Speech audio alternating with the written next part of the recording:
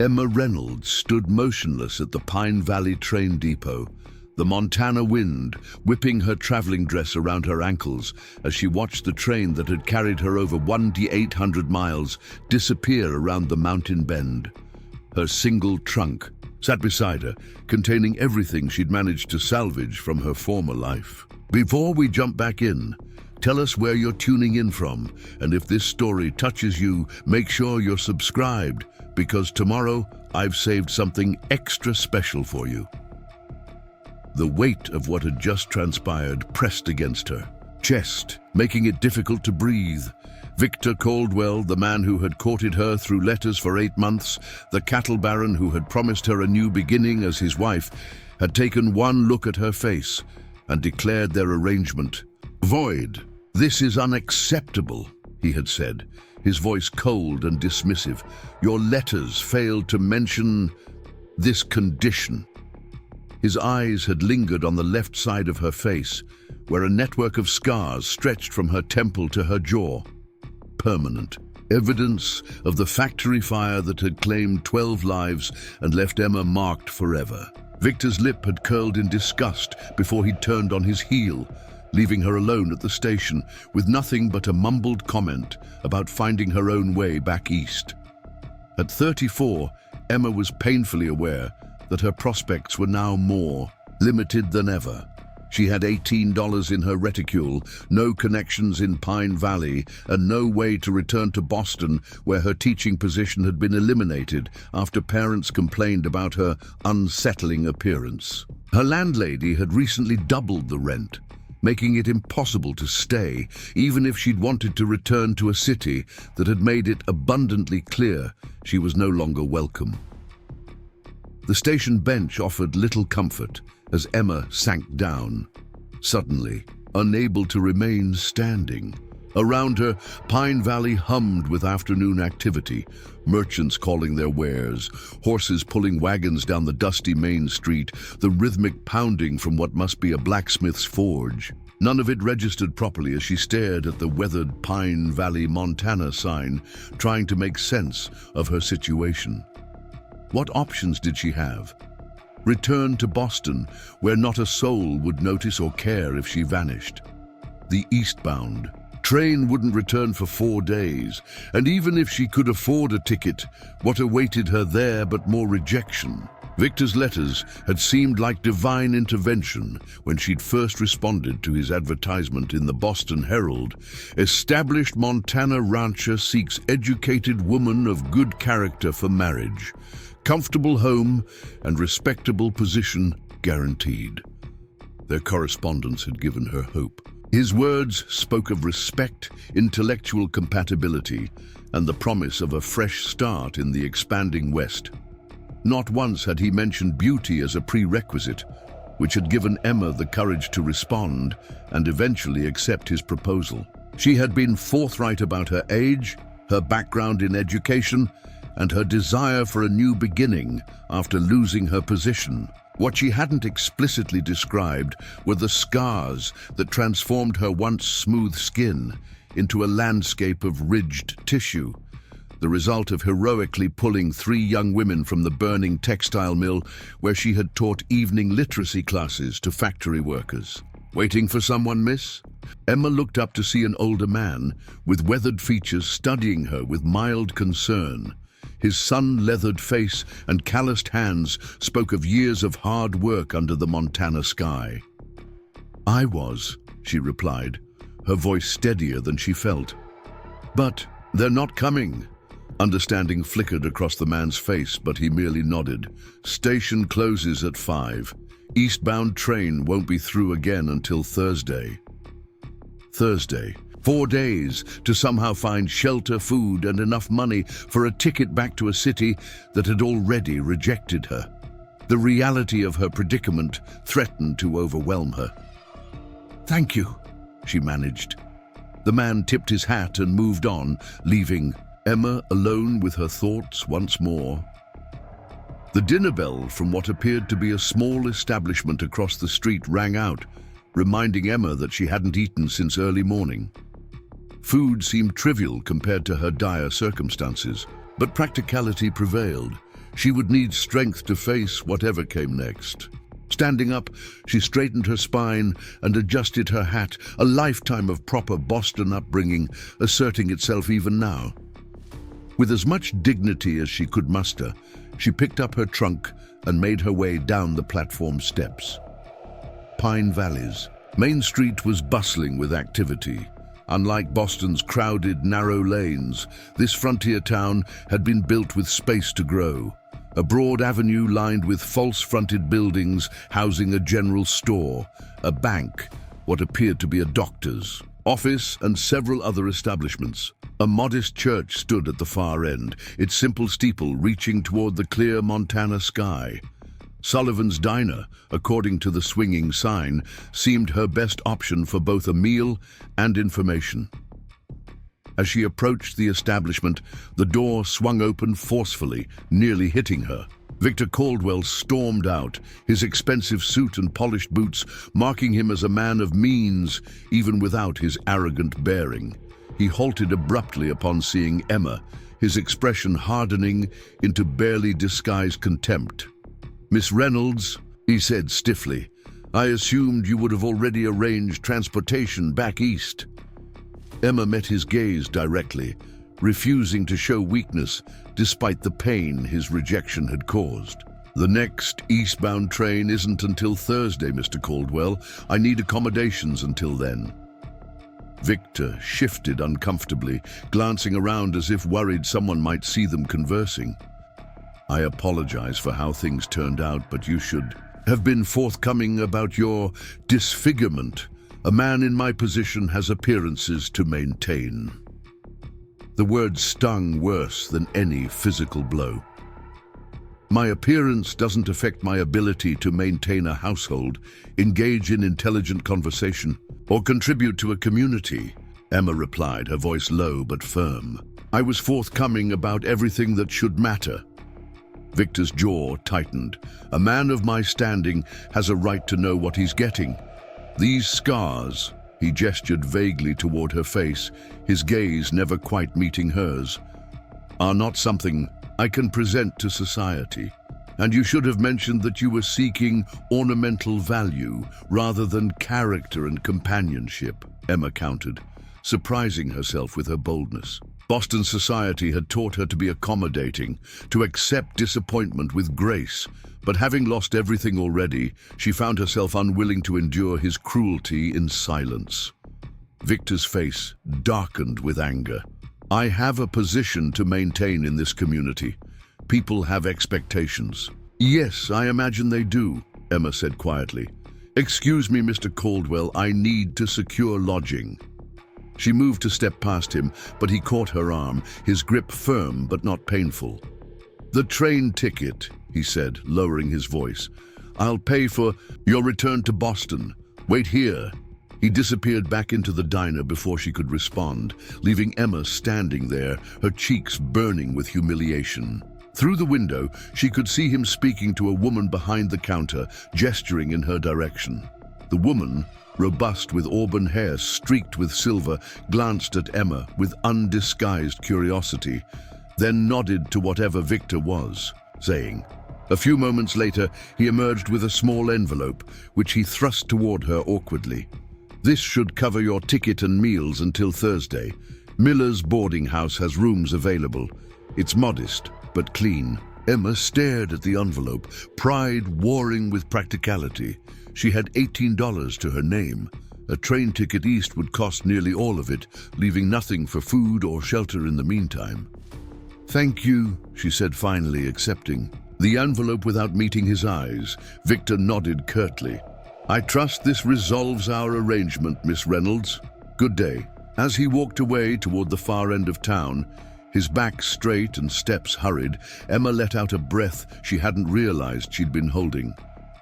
The sun was beginning to dip toward the mountains to the west, casting long shadows across the street. With a sigh, Emma picked up her trunk again and made her way toward Sullivan's Diner. She would secure a meal first, then find the boarding house Victor had mentioned. The bell above the door jingled as she entered, and conversations momentarily quieted as several patrons turned to look at the newcomer. Preparing and narrating this story took us a lot of time, so if you are enjoying it, subscribe to our channel. It means a lot to us. Now back to the story. Emma was accustomed to such reactions.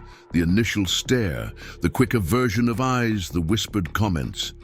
She lifted her chin slightly and moved toward an empty table in the corner. "Well, don't just stand there gawking like you've never seen a lady before," called the auburn-haired woman from behind the counter, addressing her customers with familiar authority. "I swear you'd think none of you had mothers who taught you manners." The gentle scolding broke the tension, and conversations resumed as the woman approached Emma, wiping her hands on her apron. "Don't mind them," she said in a lower voice. "Pine Valley's a good place, but we don't get many new faces. I'm Martha Sullivan." "Emma Reynolds," she replied, extending her hand, which Martha clasped warmly. "Well, Miss Reynolds, you look like you could use a hot meal and a moment's peace. There's a table in the back corner that should suit." Gratitude washed over Emma. "Thank you, that would be perfect." Martha led her to a corner table partially screened by a wooden partition, offering both privacy and the comfort of not being completely isolated. "What brings you to our little corner of Montana?" Martha asked, as she poured water from a pitcher into a glass. The question was casual, but Emma sensed genuine interest rather than mere prying. "I was to marry Victor Caldwell," Emma answered truthfully, seeing no point in fabrication in a town this size. "There was a misunderstanding." Understanding dawned in Martha's eyes, followed by something that looked remarkably like disgust. "Victor Caldwell," she said, the name flat in her mouth. "I see." The lack of surprise in her tone spoke volumes. Emma wondered if she wasn't the first mail-order bride to be found wanting by the wealthy rancher. "The special today is venison stew with dumplings," Martha continued after a moment, smoothly changing the subject. "Comes with fresh bread and apple pie for dessert. 50 cents for the full meal." "That sounds wonderful," Emma said, calculating quickly. Even with Victor's money for the train ticket, she needed to be careful with her remaining funds. As if reading her thoughts, Martha added casually, "We also have an arrangement for folks who are just passing through or between situations. 3 meals a day in exchange for 2 hours of help in the kitchen, dishes mainly, some vegetable preparation." The offer was presented so matter-of-factly that it didn't feel like charity, and Emma found herself nodding gratefully. "That's very kind. I'd be happy to help until my train leaves on Thursday." Martha's smile warmed her entire face. "Excellent. You can start tomorrow morning if that suits. For now, you just sit tight and I'll bring you that stew." She bustled away, leaving Emma to observe the diner's patrons from her sheltered corner. The townspeople seemed a typical mix for a frontier community.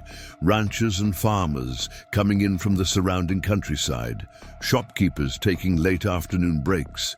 A few women she guessed might be wives or local businesswomen. A table of men near the front wore the dust of the mines that Emma had glimpsed in the hills surrounding Pine Valley. None seemed particularly hostile, though several shot curious glances her way when they thought she wasn't looking. Emma was accustomed to such scrutiny. It was the blatant revulsion in Victor Caldwell's eyes that had cut so deeply, perhaps because she had allowed herself to hope for something different after their months of correspondence. The door opened again, commanding Emma's attention as a man entered, ducking his head slightly to clear the doorframe. He was tall, well over 6 feet and broad-shouldered, wearing a leather apron darkened with soot and sweat. His rolled-up sleeves revealed powerful forearms marked with small burns and nicks, but it was his face that caught and held Emma's gaze. The right side was handsome enough. Strong jaw, straight nose, clear blue eyes under dark brows. But the left side bore extensive scarring, more severe than her own, pulling his mouth slightly downward and leaving a patchwork of healed tissue from temple to neck. A thick black beard covered part of his jawline, but did little to conceal the extensive scarring. "Rob Hayes," Martha called cheerfully. "Right on time for the last of the venison stew." The man nodded, his eyes scanning the diner until they landed on Emma. For a brief moment their gazes met, and Emma felt an unexpected jolt of recognition. Not that she knew this man, but rather that she recognized something in his steady gaze. There was no shock when he noticed her scars, no revulsion, just a slight widening of his eyes before he looked away. "Usual table, Rob?" Martha asked, already pouring a cup of coffee. "Thanks, Martha," he replied, his voice a deep rumble that seemed to reverberate through the small diner. As Martha led him to a table on the opposite side of the room, Emma couldn't help but watch him from the corner of her eye. There was something compelling about the way he moved, purposeful and self-contained, neither hiding his scarred face nor calling attention to it. Martha returned with Emma's stew, setting it down with a motherly pat on her hand. "Eat up before it gets cold," she encouraged. "Best thing for a trying day." The first spoonful nearly brought tears to Emma's eyes. Rich broth, tender meat and vegetables cooked to perfection. She hadn't realized how hungry she was until food was before her. "This is delicious," she said sincerely. Martha beamed with professional pride.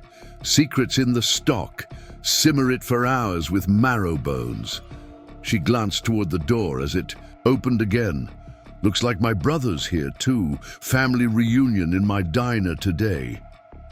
A wiry man in his 50s entered, his weathered face breaking into a smile when he spotted Martha. "Ben," she called, "come meet our newest resident at least." Temporarily, Ben Sullivan approached their table, removing his hat politely. "Miss," he greeted Emma with a slight nod. "Welcome to Pine Valley." "Ben runs the livery stable," Martha explained, "and this is Miss Emma Reynolds, who'll be helping me in the kitchen for a few days." Recognition flickered in Ben's eyes.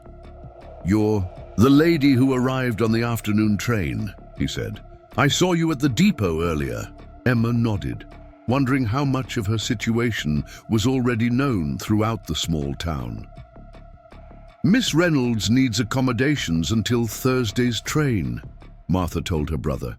"I mentioned Miller's boarding house, but I'm not sure they have. Vacancies with the mining survey crew in town." Ben rubbed his chin thoughtfully. "Frank and I have a small room above the stable office. Nothing fancy, but it's clean, with a proper bed and stove. Used it myself before I built my cabin." Emma was taken aback by this unexpected offer. "That's very kind, Mr. Sullivan, but I wouldn't want to impose." "No imposition," Ben assured her. "Sits empty most of the time anyway. $3 for the 3 nights, including firewood." The price was more than fair, and the arrangement would save her precious funds. "Thank you," Emma said with genuine gratitude. "I accept your generous offer." Ben nodded, satisfied. "I'll get it ready for you. Come by the stable when you've finished your meal. It's the large building at the end of the street, next to Hayes's smithy." He gestured toward the scarred man, who glanced up from his meal at the mention of his name. As Ben moved to join his sister at the counter, Emma noticed that Rob Hayes was watching her with quiet interest. When their eyes met again, he didn't look away immediately as most people did when caught staring at her scars. Instead, he offered a brief nod of acknowledgement before returning to his meal. There was something about that simple gesture, neither overly solicitous nor pitying, that touched Emma deeply. In that brief exchange, she felt seen as a person, rather than defined by her scars, perhaps for the first time since the fire. By the time Emma finished her meal, most of the diner's patrons had departed. She approached the counter to thank Martha and confirm the morning's arrangements. 7 o'clock sharp, Martha told her. "We serve breakfast from 7:30 to 9. Nothing complicated, just be ready to work." "I'll be here," Emma promised, "and thank you again for your kindness." Martha waved away her thanks. "We take care of our own in Pine Valley. even the temporary ones. As Emma gathered her trunk and prepared to leave, she noticed Rob Hayes rising from his table. He paid his bill and exchanged a few words with Martha before heading toward the door. He held it open as Emma approached, his blue eyes meeting hers briefly. "Miss Reynolds," he said, his voice surprisingly gentle for such a large man. "Allow me to help with your trunk." Before Emma could protest, he had lifted her heavy trunk with apparent ease. "The stable is this way," he added, starting down the street without waiting for her response. For a moment, Emma stood frozen, then hurried to catch up with his long strides. "Thank you, Mr. Hayes, but I can manage my own belongings." The corner of his mouth, the unmarred side, lifted slightly. "No doubt you can, ma'am. But that doesn't mean you should have to." They walked in silence for a few moments before Emma spoke again. "You're the blacksmith?" He nodded. "And I run a small ranch outside town. Hayes Smithy handles the metalwork. The ranch provides the rest." "It seems you're well established here," Emma observed. Something flickered in his eyes. A wariness, perhaps. "Been here 6 years. Pine Valley's good to those who prove their worth." The words carried a weight Emma understood immediately. This was a man who had also had to demonstrate his value beyond his appearance, who had built a place for himself despite the scars that marked him. They reached the livery stable, a large weathered structure with wide doors currently standing. Open, the smell of hay and leather filled the air, and the gentle nickering of horses came from within. Next to it stood a smaller building, with smoke rising from its chimney, the smithy, Emma presumed, where she had heard the rhythmic pounding earlier. Ben Sullivan emerged from the stable, wiping his hands on a rag. "Got the room ready, Miss Reynolds. It's not much, but it'll keep you comfortable until Thursday." "I'm grateful for the accommodation," Emma replied sincerely. Rob set down her trunk carefully. "I should get back to work. Good evening, Miss Reynolds." As he turned to go, Emma found herself speaking before she could reconsider.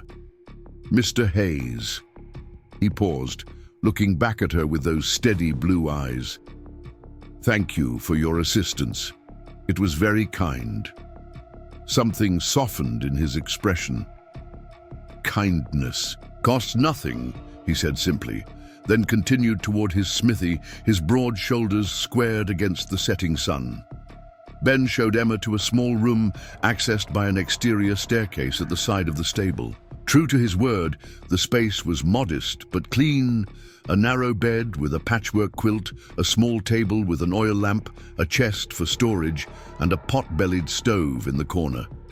A braided rug covered part of the wooden floor, and simple curtains framed the single window. "Washrooms downstairs behind the office," Ben explained. "Cold water only, I'm afraid. There's a chamber pot under the bed for nighttime." "It's perfect," Emma assured him, setting her reticule on the table. Ben shifted awkwardly, clearly uncomfortable with the next subject. "Martha mentioned your arrangement with Victor Caldwell. Man's got money and influence, but not much else to recommend him." He paused. "What I mean to say is, don't judge all of Pine Valley by one man's poor behavior." The sincere concern in his voice touched Emma. "I've already experienced much kindness since arriving," she assured him. "Your sister, you, Mr. Hayes, it speaks well of your community." Ben's expression brightened. Good. Well, I'll leave you to get settled. I'm usually around if you need anything, and Frank, that's my older brother, lives in the cabin behind the stable." After he left, Emma sank onto the edge of the bed, suddenly overwhelmed by the events of the day. In the space of 12 hours, she had arrived full of hope, been cruelly rejected, and somehow found herself employed and housed through the unexpected kindness of strangers. She moved to the window, drawing back the curtain to gaze at the view. From this vantage point, she could see the main street of Pine Valley falling into evening shadow, lamps being lit in windows, and beyond that, the majestic silhouettes of mountains against the darkening sky. Movement below caught her attention. Rob Hayes had returned to his smithy and was working by lamplight, his powerful arms swinging a hammer in rhythmic strokes against glowing metal. Sparks flew with each impact, momentarily illuminating his concentrated expression. There was something mesmerizing about watching him work. The confidence of his movements, the focused intensity, the transformation of unyielding metal beneath his skilled hands. Here was a man who had clearly made peace with his scars, who had forged a life of respect and purpose despite them, or perhaps because of them. For the first time since the fire that had marked her, Emma wondered if there might be strength to be found in surviving, in being visibly broken yet continuing forward. Perhaps her scars might be not just wounds to hide or overcome, but testament to a courage she had never fully acknowledged in herself. The thought was both terrifying and strangely liberating. As darkness settled fully over Pine Valley, Emma lit the oil lamp and began unpacking the few possessions she had brought for what was supposed to be the beginning of her new life. Among them was a small leather-bound journal, a gift from her mother years ago. She had not written in it since before the fire. Tonight, she opened it to a blank page and began to record the events of the day, not as a catalogue of disappointments, but as the unexpected beginning of something she could not yet name. Tomorrow would bring new challenges, but for the first time since stepping off the train to face Victor Caldwell's rejection, Emma felt something stir within her that might, with careful tending, grow into hope. And if that hope was partially tied to the memory of blue eyes that had looked at her scars and seen a person rather than a flaw, well, that was a realization for another day. Morning came to Pine Valley with the sound of birdsong and distant livestock. Emma woke disoriented, momentarily forgetting where she was until the unfamiliar ceiling above her came into focus. The events of the previous day flooded back: Victor Caldwell's rejection, the unexpected kindness of strangers, and the small room above a livery stable that would be her temporary home. She had slept surprisingly well, exhaustion overcoming the discomfort of being in a strange place. Golden sunlight streamed through the simple curtains, painting patterns on the wooden floor. From below came the sounds of the stable awakening, horses nickering for their morning feed, the murmur of men's voices as the Sullivan brothers began their day's work. Splashing her face with cold water from the basin, Emma assessed her options. She had promised to help Martha at the diner, which would secure her meals until Thursday's train. 3 nights of lodging were arranged. Her immediate needs were met, giving her precious time to consider what awaited back in Boston, or if returning was truly her best option. After dressing in her second-best dress, a modest grey with white collar, Emma pinned her auburn hair into a simple but neat arrangement.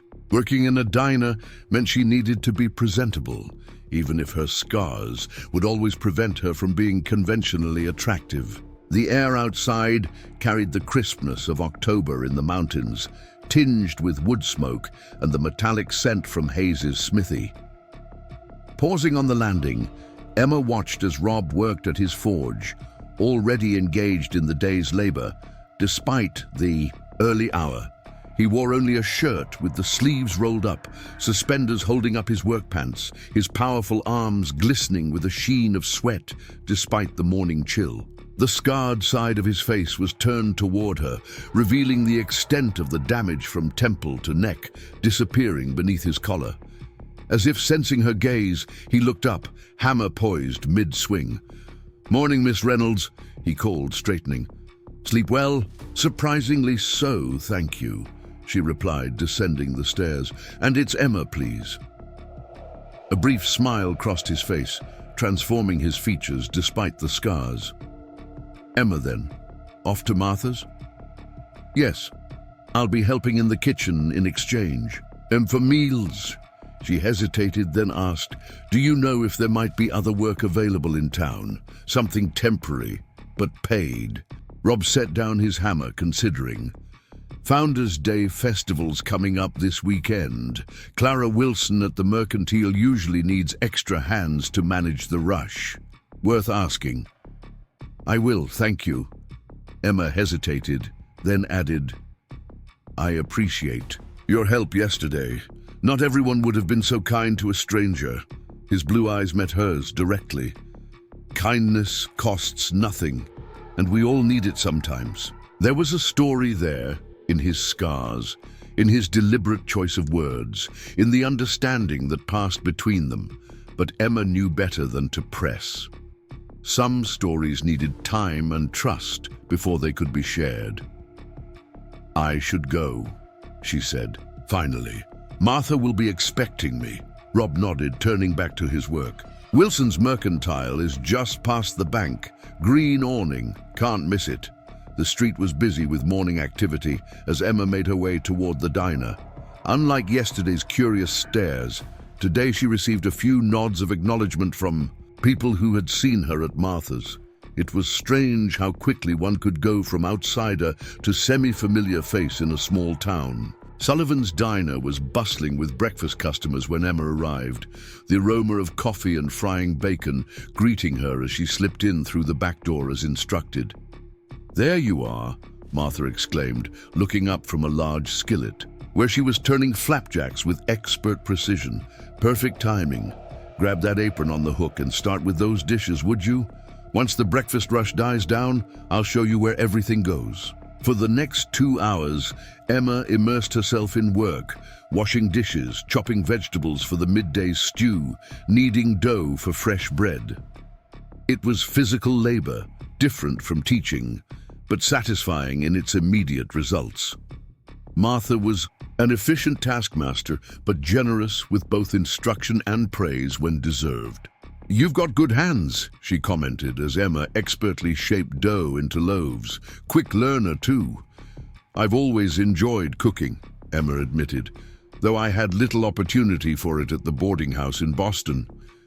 What brought you into teaching? Martha asked, expertly cracking eggs into a bowl without pausing in her conversation. My father was a professor of literature, Emma explained, focusing on her task. Education was paramount in our home. After he died, teaching seemed the natural path. I taught at a small ladies' academy for 10 years until the fire. Martha's question was direct but not unkind. The textile mill fire? I read about that in a newspaper that came through on the stage. 2 years ago, wasn't it? Emma's hands stilled momentarily. Yes. Afterward, parents complained. The headmistress was sympathetic but practical. Enrollment matters, and my appearance frightened some of the younger students. Martha made a sound of disgust. People and their foolish prejudices, as if scars make you any less capable of teaching Shakespeare and arithmetic. The simple understanding in her voice loosened something tight in Emma's chest. The school compensated me fairly, she said, resuming her bread-making, but positions for female teachers are limited and without references. So you answered Victor Caldwell's advertisement, Martha concluded. He wrote beautiful letters, Emma said softly, about building a life together, about respect and partnership. He never once mentioned beauty as a requirement. Men like Victor, Caldwell care deeply about appearances, Martha replied, her tone bitter with old knowledge. Not their own character, mind you, but how others perceive them. A scarred wife would raise questions, invite pity. His pride couldn't bear it. Emma glanced up, catching something personal in Martha's expression. You know him well? Martha's mouth twisted. Well enough. He courted my niece 4 years ago. Broke her heart when a wealthy widow from Helena showed interest. The widow wisely reconsidered, but by then Rachel had seen his true nature. I'm sorry, Emma said sincerely. Don't be. Rachel's happily married to a rancher now with 2 beautiful children. She counts her escape from Victor Caldwell as divine providence. Martha wiped her hands on her apron. Those loaves are ready for the oven. Then take a break. You've earned it. Coffee's fresh. As Emma slid the bread into the large brick oven, the bell over the front door jingled. Peering around the door frame that separated the kitchen from the dining room, she saw Victor Caldwell himself enter, accompanied by another man in an expensive suit. They took a table near the window, Victor's back to the kitchen. "Speak of the devil," Martha muttered, appearing at Emma's side. "That's Judge Harper with him. They're thick as thieves these days, with the railroad planning to extend a spur line through the valley." Emma retreated further into the kitchen, heart pounding. She had no desire to face Victor again so soon, especially while covered in flour and working as a kitchen helper, positions that would only confirm his assessment of her unsuitability. Martha squeezed her arm gently. "Stay back here. I'll handle them." Through the doorway, Emma could hear snippets of conversation as Martha took their order with professional politeness that nonetheless carried an unmistakable chill. "I'm expecting the survey results by week's end," the judge was saying. "The town council will need to approve the route, of course. But with the right incentives, I don't foresee problems," Victor replied. "Miller's still holding out. He'll come around or get left behind. Progress waits for no man." Their voices lowered, and Emma could make out no more of the conversation. She busied herself with cleaning the work surfaces, trying to ignore Victor's presence just yards away. The back door opened, admitting Rob Hayes. He carried a small metal box, the hinges of which appeared freshly repaired. "Martha's cash box," he explained, seeing Emma's questioning look. "Latch broke yesterday." His gaze shifted to the dining room beyond, narrowing slightly as he recognized Victor. "Coffee, Rob?" Emma offered, gesturing to the pot. "Thanks." He accepted the cup she poured, his large fingers careful around the delicate china. "Are you settling in all right?" "Yes. Everyone has been very kind." Rob took a sip of coffee, his blue eyes studying her over the rim. "You don't have to leave Thursday," he said abruptly. Emma blinked in surprise. "I beg your pardon?" "The eastbound train. You don't have to be on it." He set down his cup. "Pine Valley needs a teacher." "What?" Emma struggled to follow this sudden shift in conversation. "Town's been trying to hire a proper teacher for months. Children are being taught by Reverend Collins' wife, but she's expecting her third child and can't continue past Christmas." "But I have no position here," Emma said, bewildered by this unexpected development. "You could," Rob replied simply. "Town council meets tonight. I know several members. I could mention your qualifications." The possibility hadn't occurred to Emma that her skills might still be valued here, that her scars might not be the insurmountable barrier they had proven in Boston. Hope flickered within her, quickly tempered by practical concerns. Even if they were interested, there would be arrangements to make, housing to secure. "Miller's boarding house has permanent rooms at reasonable rates," Rob interrupted. $20 monthly, including meals. Teaching position pays $40 a month plus housing allowance of $10. The figures swam in Emma's head. $50.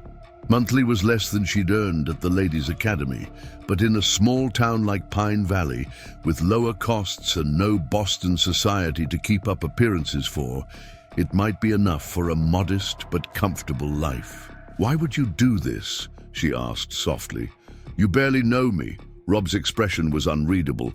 "Pine Valley needs a teacher. You need a fresh start. Seems simple enough." Before Emma could respond, Martha bustled back into the kitchen, her face tight with suppressed anger. "That man," she muttered, grabbing plates with unnecessary force, "sitting there talking about progress when what he means is lining his own pockets at everyone else's expense." She glanced between Emma and Rob, sensing she had interrupted something. "Did I miss something important?" "Just telling Miss Rain, Emma, about the teaching position," Rob said. Martha's eyes widened. "Oh, what a perfect idea. You'd be wonderful, Emma. Those children need someone with proper training, not just good intentions like poor Abigail Collins. It's very premature, Emma cautioned, overwhelmed by how quickly events were moving. The council would need to interview me. Consider my references. Bring your credentials to the meeting tonight, Rob suggested. 7 o'clock at the granary. Can't hurt to try. The sound of a throat clearing interrupted them. Victor Caldwell stood in the doorway between kitchen and dining room, his expression darkening as he took in the scene. Emma flour-dusted in an apron, Rob Hayes comfortably ensconced at the kitchen table, Martha hovering protectively nearby. "Excuse me," he said stiffly. "I need to settle my bill." Martha moved to block his view of Emma. "I'll handle that at your table, Mr. Caldwell." Victor ignored her, his gaze fixed on Emma. "I see you found employment suited to your capabilities." The deliberate cruelty of the remark hung in the air. Emma felt heat rise to her cheeks, not from embarrassment this time, but anger.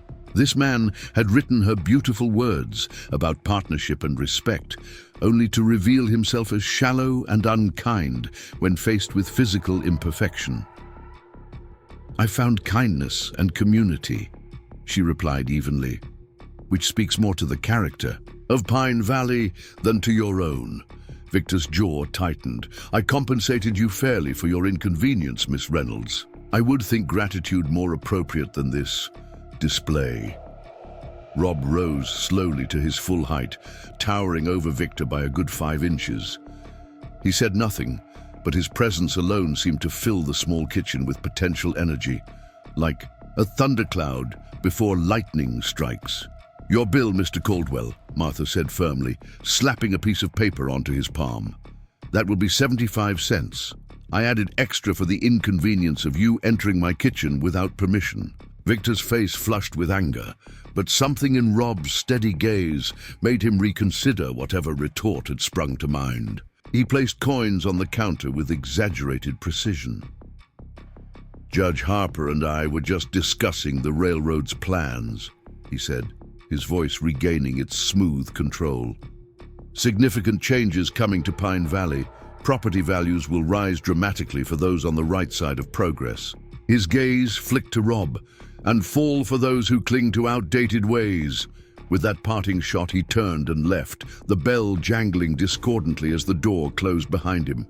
"Insufferable man," Martha muttered, "always lording his connections over everyone, as if owning the largest cattle ranch makes him emperor of Montana." Emma's mind was racing. What did he mean about the railroad? Rob's expression had darkened. Northern Pacific is planning a spur line through the valley. Would connect Pine Valley to Helena, open new markets. Good for the town overall, but the proposed route runs through existing properties, including mine. "Your smithy," Emma guessed, seeing the tension in his jaw. "My forge sits on what they're calling optimal ground for a depot," he confirmed. "Wilson's Mercantile too, and a few other businesses we'd be forced to relocate or sell." "But that's your livelihood, your home," Emma said, distressed at the thought. "Been through worse," Rob replied, though the tightness around his eyes belied his casual tone. "Nothing's decided yet. Town council has to approve any final plans, which is why Victor's courting Judge Harper's influence," Martha added. "The judge owns shares in the railroad company. Conflict of interest, if you ask me, but nobody does." The conversation was interrupted by the arrival of the midday rush, ranchers and shopkeepers coming in for quick meals before returning to work. Emma was soon busy serving plates and refilling coffee cups, thoughts of teaching positions and railroad disputes temporarily pushed aside by immediate demands. It wasn't until late afternoon, as the diner quieted once more, that she had a chance to reflect on Rob's surprising offer. The teaching position presented an unexpected opportunity, a chance to use her skills to rebuild a life in this mountain town, where her scars seemed to matter less than her capabilities. Yet she barely knew Pine Valley or its people. Would the And parents accept a teacher whose face might frighten their children? Would the town council see beyond her scars to her qualifications? And what of Victor Caldwell's obvious influence in local affairs? "You're thinking so hard I can practically hear it," Martha commented, setting a cup of tea before Emma at the kitchen table. "About the teaching position?" Emma nodded. "It's tempting, but perhaps unwise. I know nothing about Pine Valley beyond what I've seen in a day." "What you've seen is pretty representative," Martha replied, sitting across from her. "Some good people, some difficult ones, most just trying to get by. The children need a proper education. Most parents care more about that than about a teacher's appearance." "Victor Caldwell seems to have considerable influence," Emma observed. "If he objects to my appointment—" Martha snorted. "Victor likes to think he runs this town, but plenty of folks see through him. Judge Harper's in his pocket. Sure, and Mayor Johnson is weak-willed, but the rest of the council has backbones. And Rob, where does he stand in the town's hierarchy?" Something knowing gleamed in Martha's eyes. "Interested in our blacksmith, are you?" Emma felt heat rise to her cheeks. "Professionally speaking," she clarified, though not entirely honestly, "he seems to have the town's respect despite his differences.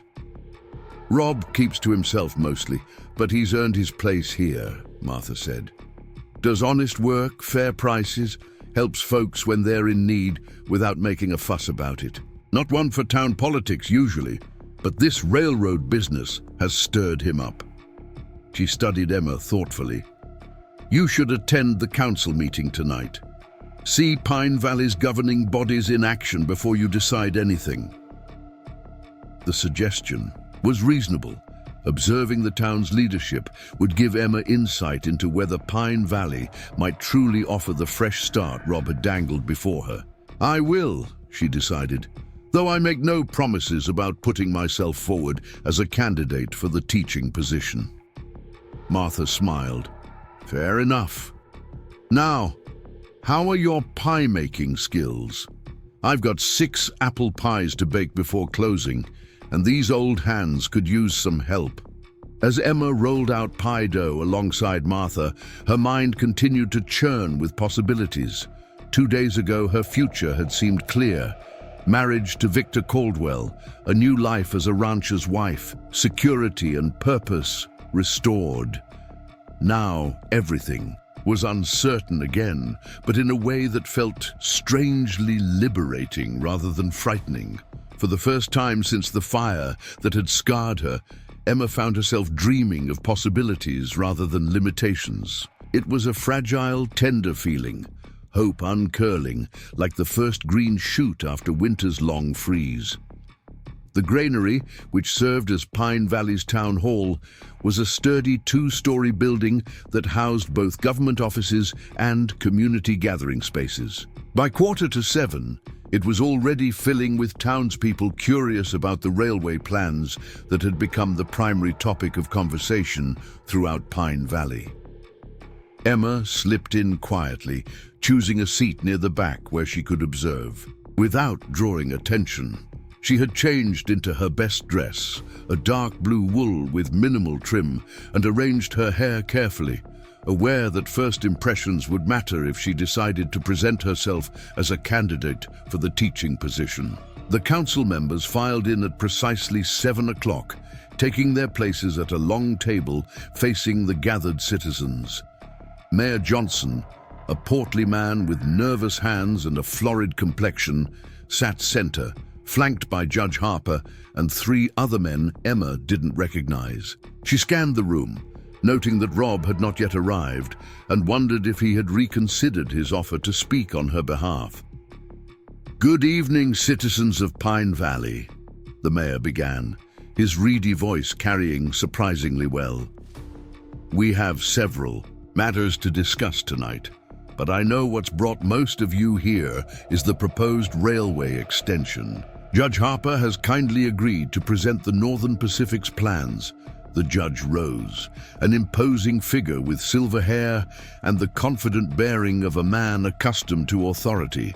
Using a large map that he unrolled across the council table, he outlined the proposed route, a spur line that would connect Pine Valley to the main east-west railway, bringing increased commerce, jobs, and progress to the previously isolated mountain town.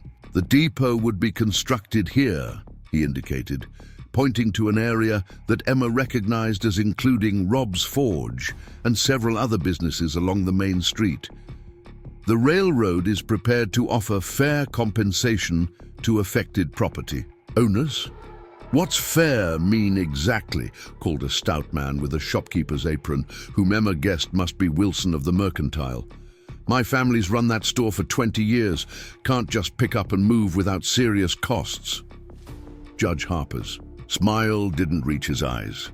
The railroad understands the inconvenience, Mr. Wilson. Compensation packages will reflect not just property values, but relocation costs. He gestured to the front row. Victor Caldwell has generously offered parcels of his land east of town, at reduced rates for those needing to rebuild. A murmur ran through the crowd. Victor himself sat in the front row, looking pleased at this public acknowledgement of his generosity. That's mighty kind, Wilson replied, skepticism evident in his tone. But that would put us a good mile from the center of town. Customers won't make that trip for small purchases. The center of town will shift with the depot, Victor said, turning to address the crowd directly, though he hadn't been invited to speak. That's the nature of progress, friends. We can fight it and be left behind, or embrace it and prosper. Mayor Johnson nodded eagerly. Well said, Mr. Caldwell. Change brings opportunity. It also brings destruction, came a new voice.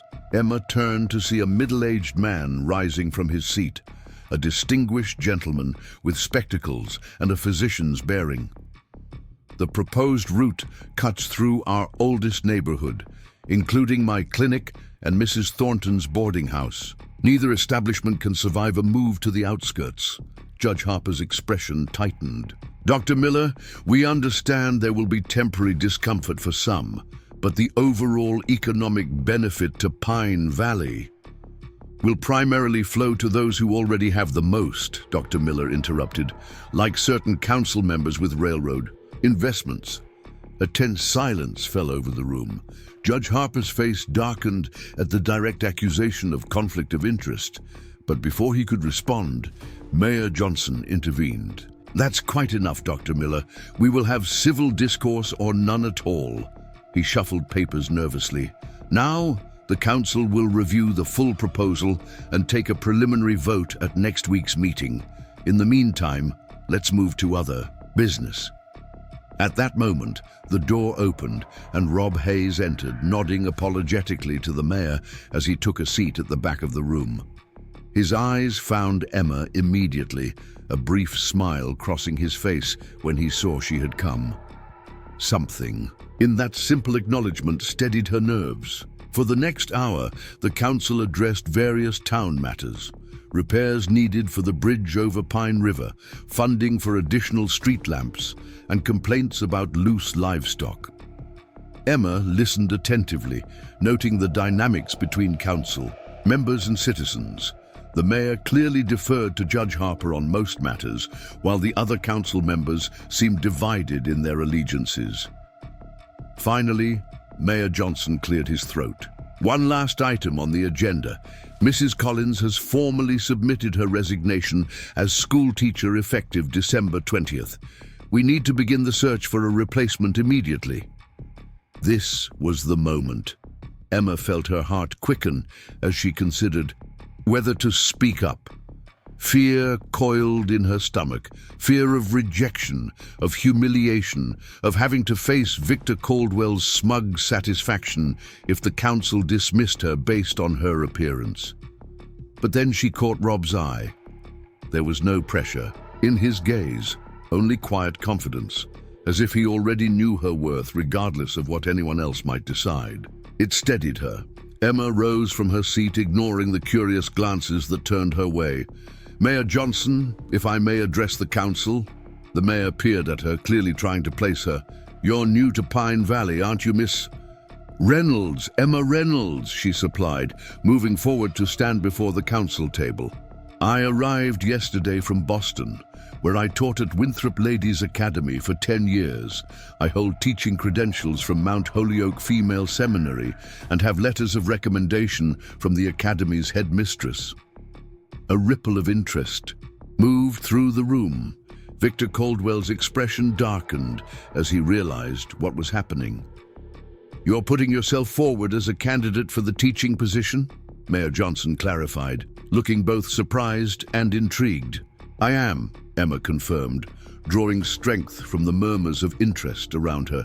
"I specialize in literature, mathematics, and natural philosophy, but am qualified to teach all primary and secondary subjects." Judge Harper leaned forward, eyes narrowing as they fixed on the scarred side of her face. "Miss Reynolds, teaching is a visible position in our community. Children can be sensitive to unusual appearances." The words were carefully chosen, but their meaning was clear.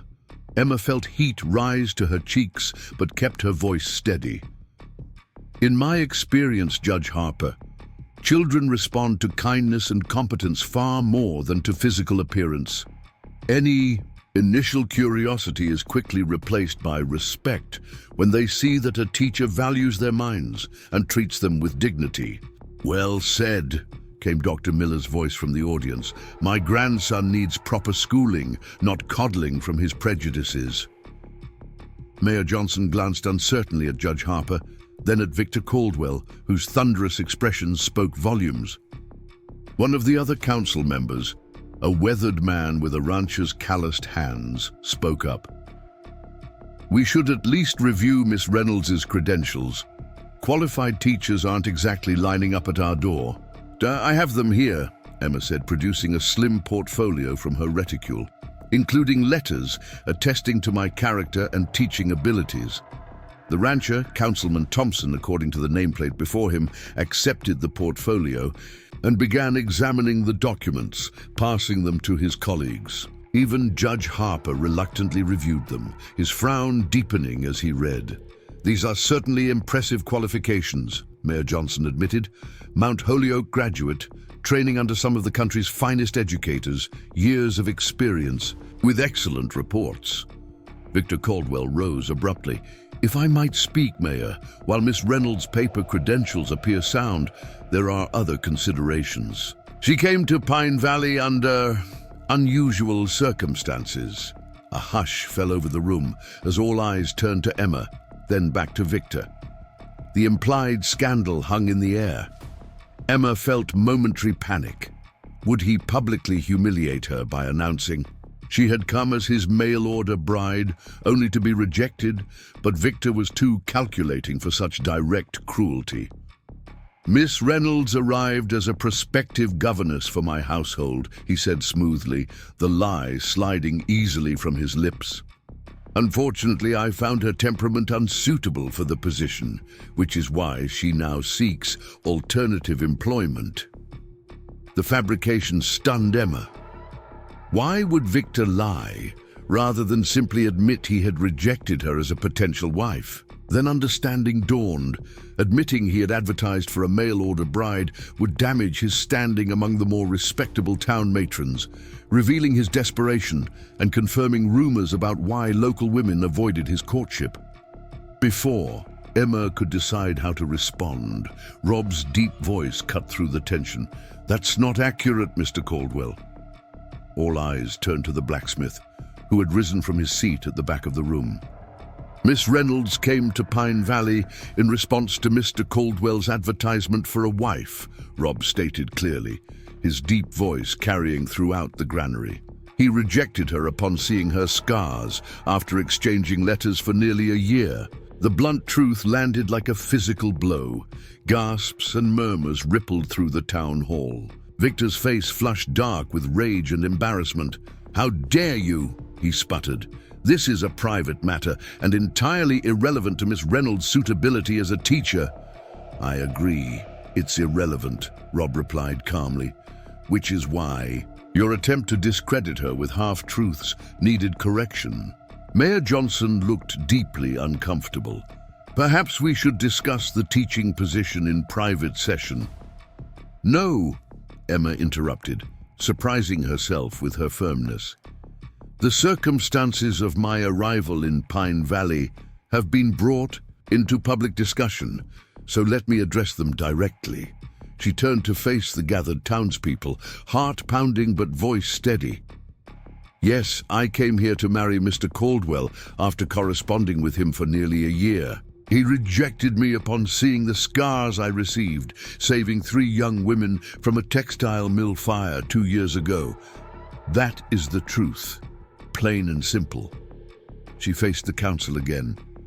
But my personal disappointments have nothing to do with my qualifications. As a teacher, judge my abilities, my experience, my character, but judge them fairly on their merits alone. For a long moment, no one spoke.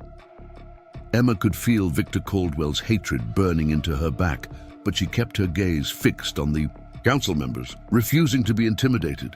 Finally, Councilman Thompson cleared his throat. Miss Reynolds' credentials are the strongest we've seen. I move to offer her the position provisionally, with a 3-month trial period beginning immediately to assist Mrs. Collins until her confinement. Second, said another councilman quickly. Mayor Johnson looked trapped, glancing between Victor Caldwell's thunderous face and Judge Harper's tight-lipped disapproval. All in favor? He finally asked. 3 hands raised. Councilman Thompson and the 2 others whose names Emma hadn't caught. Mayor Johnson and Judge Harper kept their hands down. Motion carries 3-2, the mayor said reluctantly. Miss Reynolds, the position pays $40 monthly, plus a $10 housing allowance. School hours are 8 to 3, Monday through Friday, with approximately 30 students ranging from 6 to 16 years of age. Relief and joy flooded through Emma. Thank you, Councilman. I accept the position and will strive to merit your confidence. As the meeting adjourned, townspeople approached her, some curious, others openly welcoming. Dr. Miller insisted on introducing Emma to his grandson immediately, while Wilson from the Mercantile offered credit at his store. Until your first payday, teacher. Through it all, Emma was acutely aware of Rob standing quietly nearby, gathering his hat as he prepared to leave, while keeping a watchful eye on the proceedings. He had publicly defended her, risking Victor Caldwell's considerable enmity to ensure the truth was known. Victor himself had stormed out immediately after the vote, Judge Harper following close behind. Their displeasure was palpable, but in that moment it mattered less than the unexpected acceptance Emma found among Pine Valley's ordinary citizens. When the crowd finally thinned, Rob approached, his expression unreadable in the lamplight. "Congratulations, teacher," he said, the title carrying none of the mockery Victor might have infused it with. "Thank you for speaking up," Emma replied, softly. "You didn't have to do that." "Truth matters," he said simply. Then, after a moment's hesitation, "Walk you back." The night air held the crisp promise of frost by morning as they made their way down Pine Valley's main street. Neither spoke immediately, but the silence between them felt companionable rather than awkward. "Victor Caldwell won't forgive this easily," Emma finally said, giving voice to the concern that tempered her elation. "He seems like a powerful enemy to make." "He is," Rob agreed, "but he's not the only one with influence in Pine Valley." Emma glanced up at him, moonlight illuminating his scarred profile. "I know almost nothing about you," she realized aloud, "except that you're a blacksmith who serves as town defender and protects strangers at personal cost." A corner of his mouth lifted. "Not much else worth knowing." "I disagree," Emma said. Quietly, "Your scars, are they why you understood what Victor's rejection meant to me?" Rob was silent for several paces. When he spoke, his voice was low, meant for her ears alone.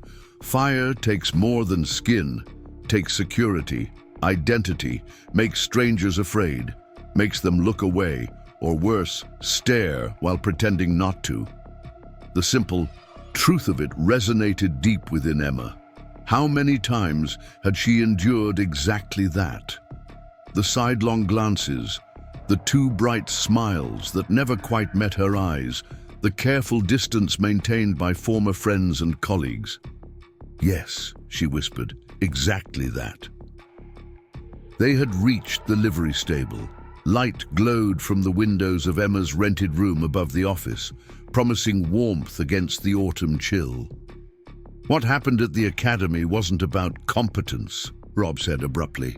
What happened with Caldwell wasn't about worth. I know that, Emma replied, though the words sounded more confident than she sometimes felt, intellectually at least. Rob nodded, understanding the distinction. Head knows sooner than heart believes. Does it ever fully believe? She asked. The question slipping out before she could recall it. Too personal, too vulnerable for such a new acquaintance. But Rob didn't seem to find it presumptuous. He considered for a long moment, his blue eyes reflecting the stars overhead. Not yet, he finally answered with raw honesty, but some days come closer than others. Something shifted between them in that moment, a recognition of shared wounds that went beyond physical scars, a possibility of mutual healing that neither was quite ready to name. I start teaching tomorrow? Emma asked, changing the subject to safer ground. Mrs. Collins will expect you at the schoolhouse at 7:30, Rob confirmed. Small white building behind the church, can't miss it. I should prepare, Emma said, though reluctant to end their conversation. Thank you again for everything, Rob nodded, stepping back. Congratulations, teacher, he repeated, the title now carrying a warmth that made Emma smile despite her exhaustion. As he walked away toward his smithy, Emma climbed the stairs to her room. Through the window, she could see the scattered lights of Pine Valley spreading beneath the vast Montana sky, and could make out the silhouette of mountains against the star-filled darkness. She had come to this place expecting to begin a life as Victor Caldwell's wife. Instead, she would shape young minds, build a reputation based on her abilities rather than her appearance, and perhaps, just perhaps, find healing for wounds that went deeper than skin. 2 days in Pine Valley had already changed the course of her life. What might the coming months bring? The question filled her not with dread, but with a tentative anticipation she hadn't felt in years. The Pine Valley schoolhouse had once been a chapel, and it retained a certain austere dignity despite its peeling white paint and warped floorboards. Inside, rows of mismatched desks faced a small raised platform where the teacher's desk commanded a view of the entire room. A pot-bellied stove stood in the corner, currently cold, and a battered upright piano was pushed against the far wall.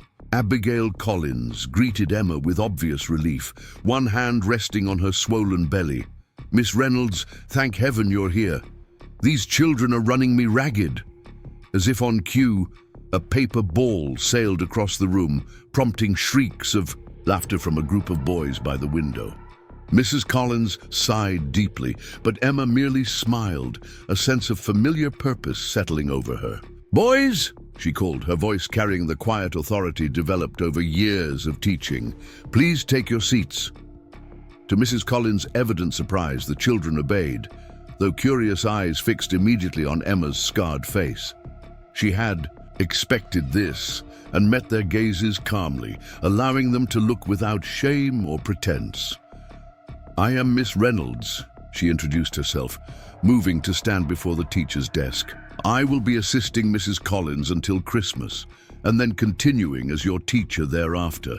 I look forward to learning all your names and discovering what you've been studying. A small girl in the front row raised her hand. Miss Reynolds, what happened to your face? Mrs. Collins gasped. Abigail Wilson, that's terribly rude. It's all right, Emma assured her, then addressed the child directly. I was injured in a fire while rescuing some young women from danger. The scars don't hurt anymore, But they are permanent. Another boy shot up. Was you scared? Were you scared? Emma corrected gently. Yes, very. But sometimes we find courage when we need it most. A boy of about 12 studied her skeptically. Pa says you came to marry Mr. Caldwell, but he didn't want you because of your face. The bluntness of children could be breathtaking. Emma felt heat rise to her cheeks, but kept her composure. Your father is partially correct. Mr. Caldwell and I had corresponded, but upon meeting, he decided we would not suit. Now I'm very fortunate to have the opportunity to teach all of you instead. Her direct honesty seemed to satisfy the children's curiosity. Mrs. Collins looked relieved as the awkward moment passed. Now, Emma continued, I'd like each of you to tell me your name, age, and favorite subject. Then we'll review what you've been learning.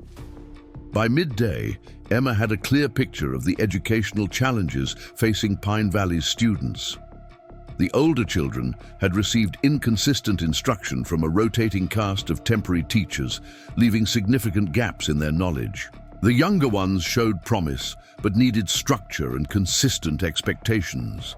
During the lunch break, as the children ate in the schoolyard under Mrs. Collins' watchful eye, Emma examined the meager supplies. A few tattered readers, outdated, arithmetic primers, a world map so old it still showed the Russian Empire, and a small collection of classic literature in varying states of disrepair. Making plans already? Emma turned to find Rob leaning against the doorframe, a wooden crate in his arms. He looked different in daylight, the scars on his face less dramatic, the lines around his eyes speaking of both hardship and humor.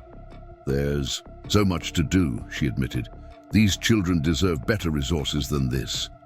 Rob nodded, setting down the crate on a nearby desk. Town Council approved an emergency stipend for supplies when they hired you. Not much, $15, but it might help. That's very generous, Emma said, genuinely touched by this tangible vote of confidence. What's in the crate? Just some books I thought might be useful. Had them in my cabin collecting dust. Curiously, Emma lifted the crate's lid to discover a treasure trove. Emerson's essays, Thoreau's Walden, several volumes of Shakespeare, Whitman's Leaves of Grass, and scientific texts covering basic chemistry and natural philosophy. Rob, these are wonderful, she exclaimed, lifting a beautifully bound volume of Shelley's poetry. But surely you don't want to part with them permanently. He shrugged, though his eyes tracked the books with an affection that belied his casual tone. Books should be read, not hidden away. Consider it a long-term loan to the school. Emma traced the gilt lettering on the Shelley volume. You appreciate literature. It wasn't a question, but Rob answered anyway. My mother was a teacher. Before... He gestured vaguely to his scarred face, leaving the sentence unfinished. She believed in the power of words to transport us beyond our circumstances. A wise woman, Emma said softly. These will make a tremendous difference to the older students especially. The sound of children's voices grew louder as they began. Returning from lunch, Rob straightened, clearly uncomfortable with the prospect of an audience for their conversation. Founders' Day Festival Saturday, he said abruptly. Town tradition. Might help you meet families, get settled. Are you asking me to attend with you? Emma clarified, heart quickening despite her attempt at composure. Rob's scarred face colored slightly. If you'd like, no obligation. The door burst open as the first wave of students tumbled in, stopping short at the sight of the massive blacksmith in their schoolroom. Whispers and giggles erupted immediately. I should go, Rob said, stepping back. About Saturday, I'd be honored to attend with you, Emma replied, keeping her voice low enough that the children couldn't overhear. The transformation of Rob's expression from uncertainty to quiet pleasure was something Emma knew she would remember. Long after, he had nodded farewell and departed, leaving her to turn back to her new students with a warmth in her chest that had nothing to do with the recently lit stove. The remainder of the week passed in a blur of activity. Each day, Emma rose early to prepare lessons, taught alongside Mrs. Collins until 3 o'clock, then spent evenings developing a more structured curriculum and reviewing student work. The children's initial curiosity about her scars quickly gave way to engagement with her teaching methods, which combined rigorous expectations with genuine affection. By Friday afternoon, Emma had assessed each student's abilities, organized the classroom's meager resources into a more usable system, and begun forming relationships with the parents who came to collect their younger children after school. Most were cautiously welcoming, clearly reserving judgment until they could see results in their children's education. A few, like Mrs. Wilson from the Mercantile and Dr. Miller, were openly supportive, bringing small gifts of home-baked goods or offers of assistance with school events. Only one parent had been overtly hostile, a well-dressed woman named Sophia Harper, whose pinched expression had soured further upon seeing Emma's scarred face. My husband, Judge Harper, assured me the council would find someone more suitable, she had commented loudly while collecting her 9-year-old daughter. Someone who wouldn't frighten impressionable children. I find children are remarkably adaptable, Mrs. Harper, Emma had replied evenly. Lydia has shown excellent progress in arithmetic this week. The judge's wife had sniffed disapprovingly before departing, but Lydia had flashed Emma a secret smile, slipping a wildflower onto her desk when her mother wasn't looking. Now, as Emma locked the schoolhouse on Friday afternoon, she felt a deep satisfaction that had nothing to do with proving Mrs. Harper wrong and everything to do with the genuine progress her students were already showing. For the first time in 2 years, she felt fully in her element again, valued for her mind and skills rather than judged for her appearance. "Miss Reynolds!" Emma turned to see Clara Wilson hurrying toward her, face flushed with exertion. "There, you are. I've been looking everywhere. Is something wrong?" "Not wrong exactly," Clara replied, catching her breath. "But you need to come with me right away. I have a proposition for you that can't wait." Curious and slightly concerned, Emma followed Clara down the main street to Wilson's Mercantile. The store was unusually busy, filled with townspeople preparing for tomorrow's Founders' Day festival. Mr. Wilson himself stood behind the counter helping a customer select tobacco, while their son directed a young clerk in arranging a display of preserved fruits. "There she is!" Clara exclaimed upon seeing Emma. "Come, come, we have much to discuss." She led Emma to a small office behind the store, where patterns of fabric were spread across a desk, alongside sketches of what appeared to be dresses. "The Founders' Day dance is tomorrow night," Clara began without preamble, "and you can't possibly attend in a travel dress, not for your first public appearance as our new teacher, and especially not when escorted by Rob Hayes." Emma blinked, startled by this unexpected concern. "I brought my best dress from Boston," Clara interrupted dismissively. "Eastern styles are all well and good, but for a Montana Founders' Day festival, you need something more suitable." She added, her expression softening, "Besides, every new beginning deserves a new dress." Martha, who had followed them into the small office, nodded enthusiastically. Clara Wilson was the finest seamstress in Helena before she married Henry. "She's made my festival dresses for 10 years running." Emma was touched by the gesture, but hesitant. "That's incredibly kind, but I couldn't possibly impose." "Nonsense," Clara cut in briskly. "It's purely selfish on my part. As our teacher, you represent Pine Valley. I won't have Victor Caldwell or that insufferable Sophia Harper thinking we don't properly value education just because you're wearing an Eastern Day dress to a harvest dance." There was more behind the offer than professional pride. Emma suspected this was Clara's way of showing support, of publicly aligning herself with the new teacher, despite Victor Caldwell's obvious disapproval. "I'm honored," Emma said sincerely. But the festival is tomorrow. Surely there isn't time. Clara's smile turned triumphant. I started cutting the pattern the moment the council hired you. Just need to do the final fitting.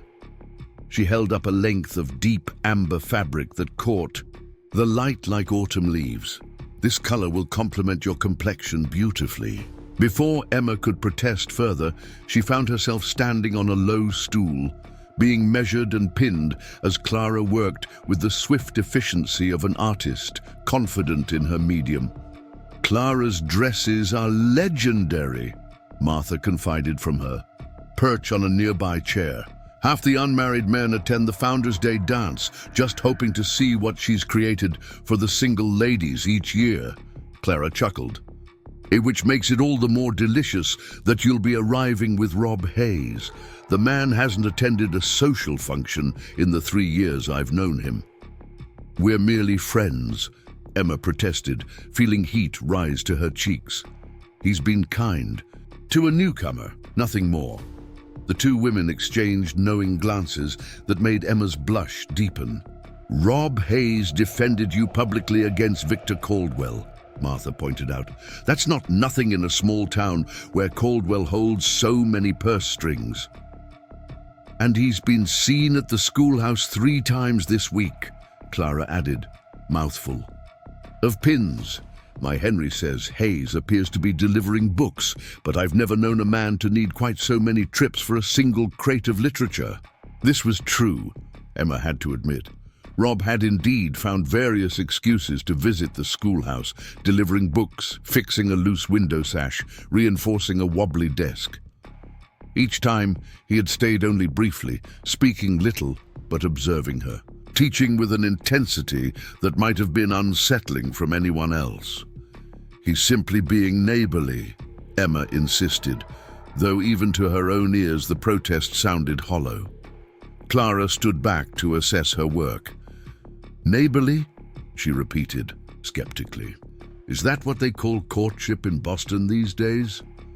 Clara, Martha scolded, though her eyes danced with amusement. Don't embarrass our teacher. Clara removed the pins from her mouth with a theatrical sigh. You're right, of course.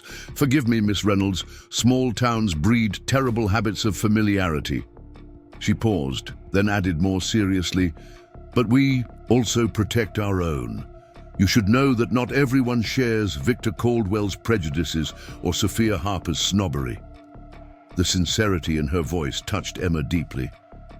Thank you, she said simply, for the dress and for the welcome. Speaking of welcome, Martha interjected, have you found more permanent lodgings yet? Ben's room is comfortable enough, but you'll want your own place once you're properly settled. It was a concern Emma had pushed aside during the busy first week of teaching, but one that needed addressing. I've been so focused on the school, I haven't had time to inquire about housing options. Clara brightened.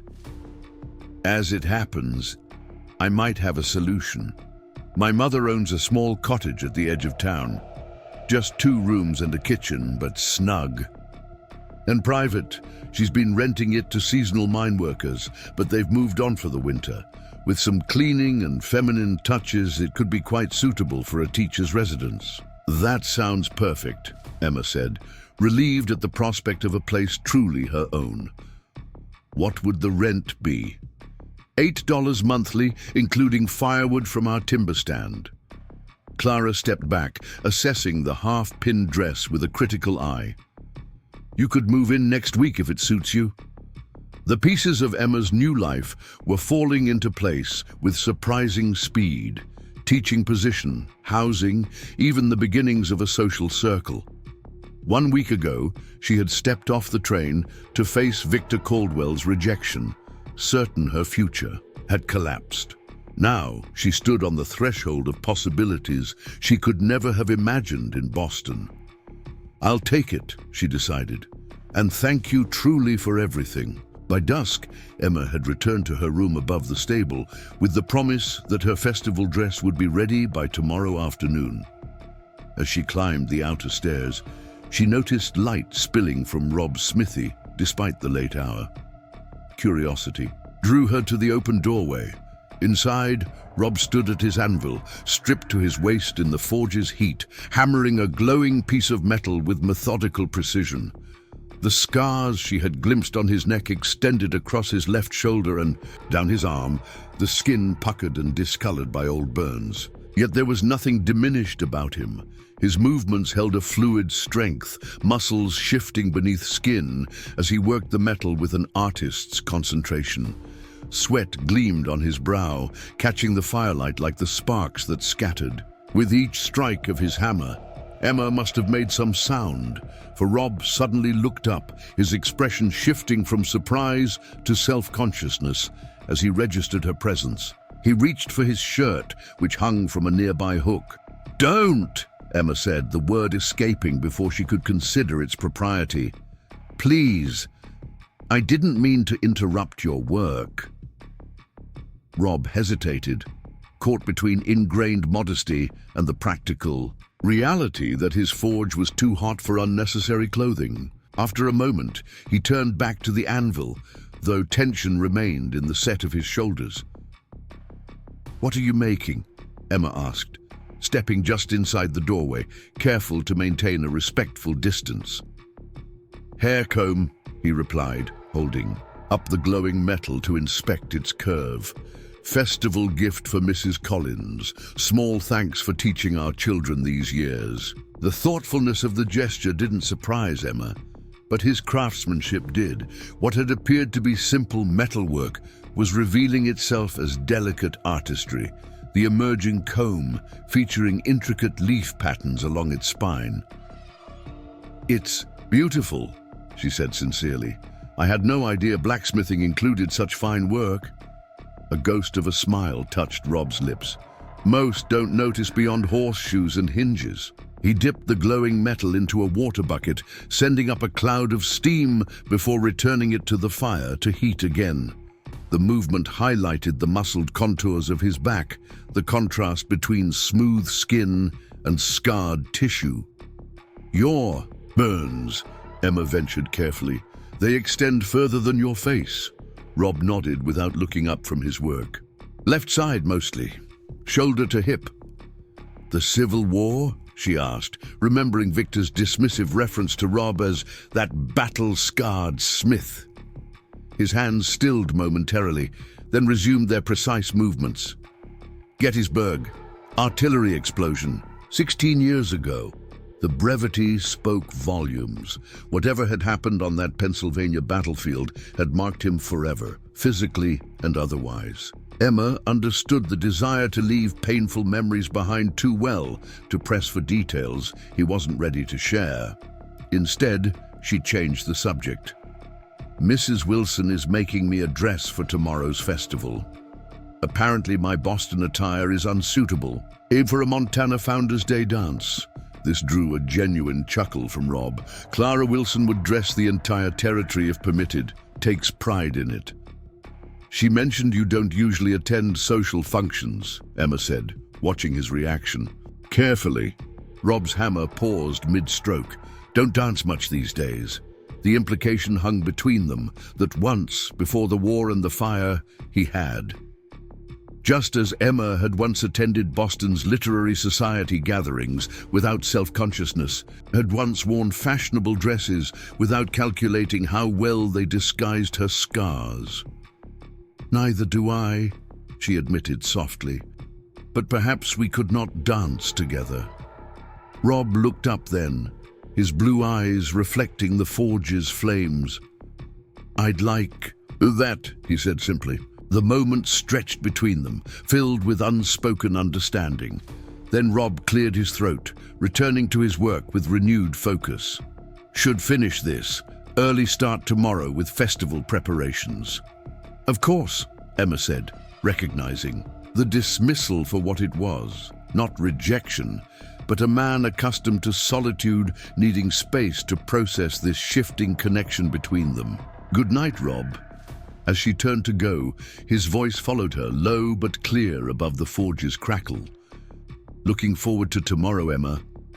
The use of her first name, unprecedented until now, sent a warm current through her veins that had nothing to do with the forge's heat. "As am I," she replied, not turning back lest he see the effect those simple words had on her. In her room, Emma lit the oil lamp and moved to the small mirror above the wash basin. For the first time in 2 years, she studied her reflection without flinching. The smooth skin of her right cheek contrasting with the ridged scars that traced across the left side of her face from temple to jaw. She had spent so long seeing only the damage, focusing on what had been lost. Tonight, illuminated by lamplight and something new kindling in her heart, she saw more.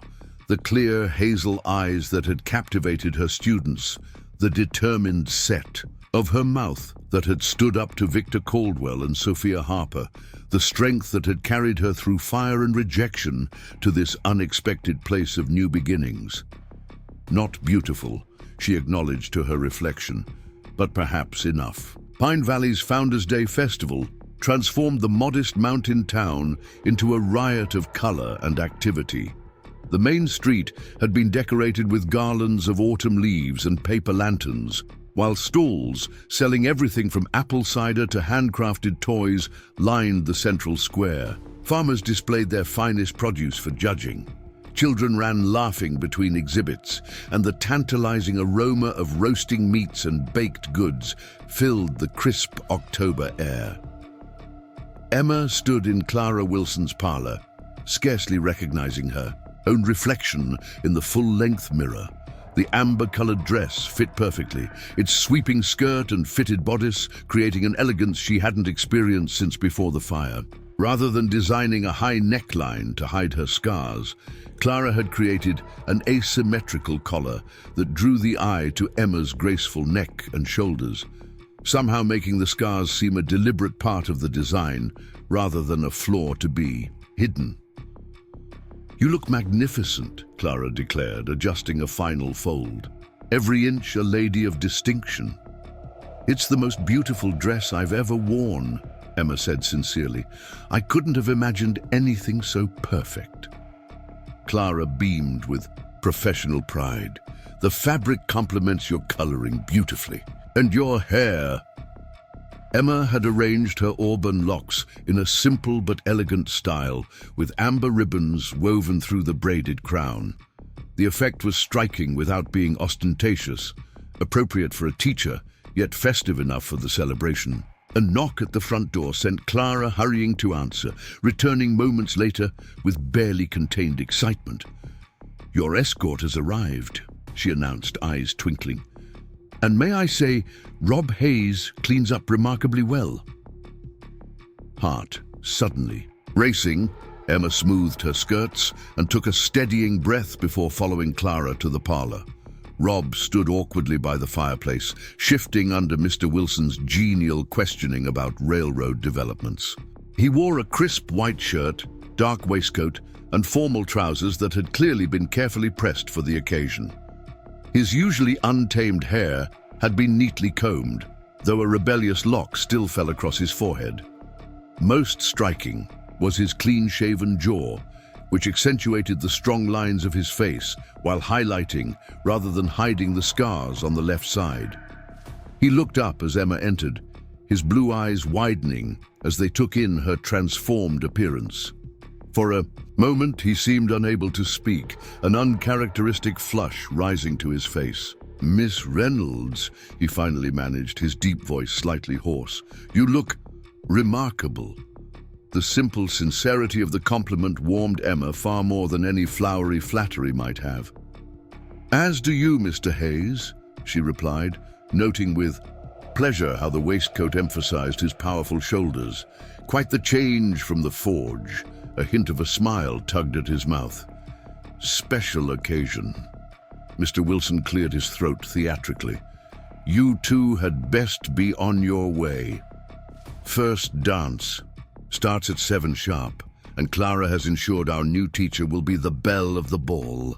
"Henry!" his wife scolded, though she looked delighted at her husband's teasing. Rob offered Emma his arm, his left arm, she noted, the one bearing scars that matched her own.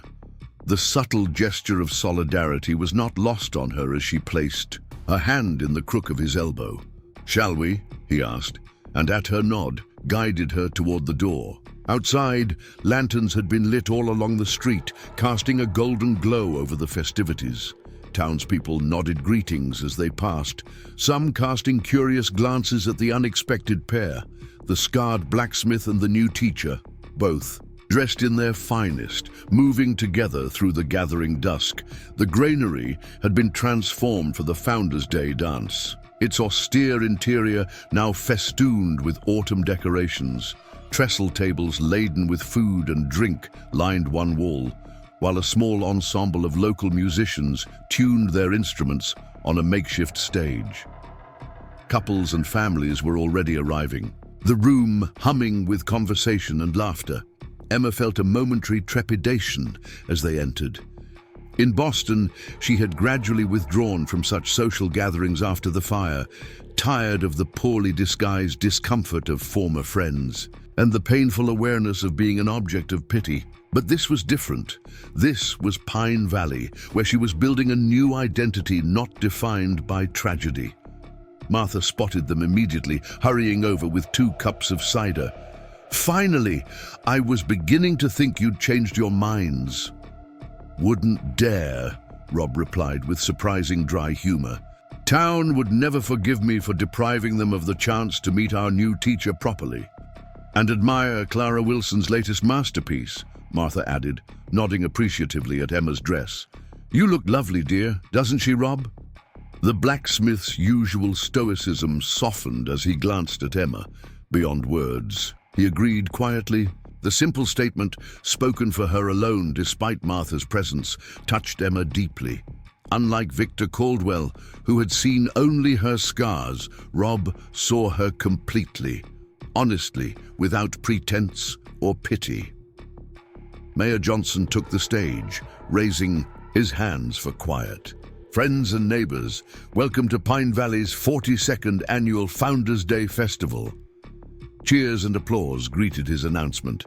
"Before the dancing begins, please join me in recognizing this year's Harvest Champions." A series of awards followed: largest pumpkin, finest corn crop, best preserves, most beautiful quilt. Each winner received enthusiastic applause, the simple recognition clearly valued by the hard-working community. "And finally," the mayor concluded, "I'd like to introduce our newest resident, Miss Emma Reynolds, who has graciously agreed to take over teaching duties from Mrs. Collins." He gestured toward Emma. "Miss Reynolds brings impressive credentials from Boston, and we're fortunate to have her join our community." All eyes turned to Emma, who felt heat rise to her cheeks at the sudden attention. But there was no rejection in these gazes, no poorly disguised revulsion, only curiosity and welcome. "Thank you, Mayor Johnson," she said, her voice carrying clearly across the hall. "I'm honored to be entrusted with your children's education and grateful for the warm welcome Pine Valley has extended to me." Her words were met with approving nods and scattered applause. Even those who had initially seemed skeptical, like Dr. Miller, appeared to be reserving judgment rather than opposing her outright. Only Victor Caldwell, standing near the refreshment table with Judge Harper, maintained a stony expression of disapproval. Their wives, Sophia Harper and a thin, elegantly dressed woman Emma hadn't met, whispered behind gloved hands while casting sidelong glances in her direction. Rob noticed the exchange, his posture stiffening slightly. "Ignore them," he murmured. "Their opinion matters less than they believe." The musicians struck up a lively tune, and couples began moving to the center of the room for the first dance. Emma felt Rob tense beside her, his earlier confidence wavering. "We could step outside," he offered, clearly anticipating her discomfort with being on display. "Get some air." But Emma had spent 2 years retreating from life, hiding her scars and herself from public view. Tonight, wearing Clara's beautiful creation and standing beside a man who saw beyond physical imperfection, she found herself unwilling to shrink away. "Actually," she said, summoning courage she hadn't known she possessed, "I believe you promised me a dance." Surprise flickered across Rob's face, followed by something like admiration. "Been a while," he warned. "Might step on. Your toes." "I'll risk it," Emma replied with a smile. Tentatively, he led her to the edge of the dance floor. His hand was warm and solid against her waist, his other gently clasping hers as they began to move with the music. His initial stiffness gradually melted away as they found a rhythm together, turning among the other couples with unexpected grace. "You dance well for a man who claims to be out of practice," Emma observed as he guided her through a turn. A hint of a smile touched his lips. "Like riding a horse, body remembers." They moved together as if they had danced 100 times before, their steps falling into natural harmony. Emma was acutely aware of his hand at her waist, the subtle scent of soap and leather that clung to him, despite his formal attire, the way his blue eyes never left her face as they circled the floor. "People are staring," she murmured, noting the curious glances from surrounding dancers. "Not at your scars," Rob replied simply, "at your beauty." The words, spoken with such matter-of-fact certainty, caught Emma by surprise. Since the fire, no one had called her beautiful. Not honestly, not without the shadow of pity or the false brightness of attempted comfort. "I'm not," she began, but Rob shook his head, cutting off her protest. "Beauty isn't just unmarked skin," he said, his voice low and intent. "It's courage, kindness, strength that fire couldn't burn away." The music swelled around them, but Emma barely heard it, transfixed by the raw honesty in Rob's gaze. In that moment, she saw herself through his eyes, not as damaged goods or an object of pity, but as a woman of substance, scars and all. "Thank you," she whispered, unable to articulate the depth of what his words meant to her. Rob nodded once, understanding in his eyes as he guided her through the final measures of the dance. As the music ended, they remained still for a moment, reluctant to break the connection that had formed between them. A slow clapping intruded on their private moment. Victor Caldwell stood at the edge of the dance floor, his handsome face twisted in a mockery of appreciation. "How touching," he drawled, loud enough for nearby dancers to hear. "The scarred blacksmith and the disfigured teacher, quite the matched set."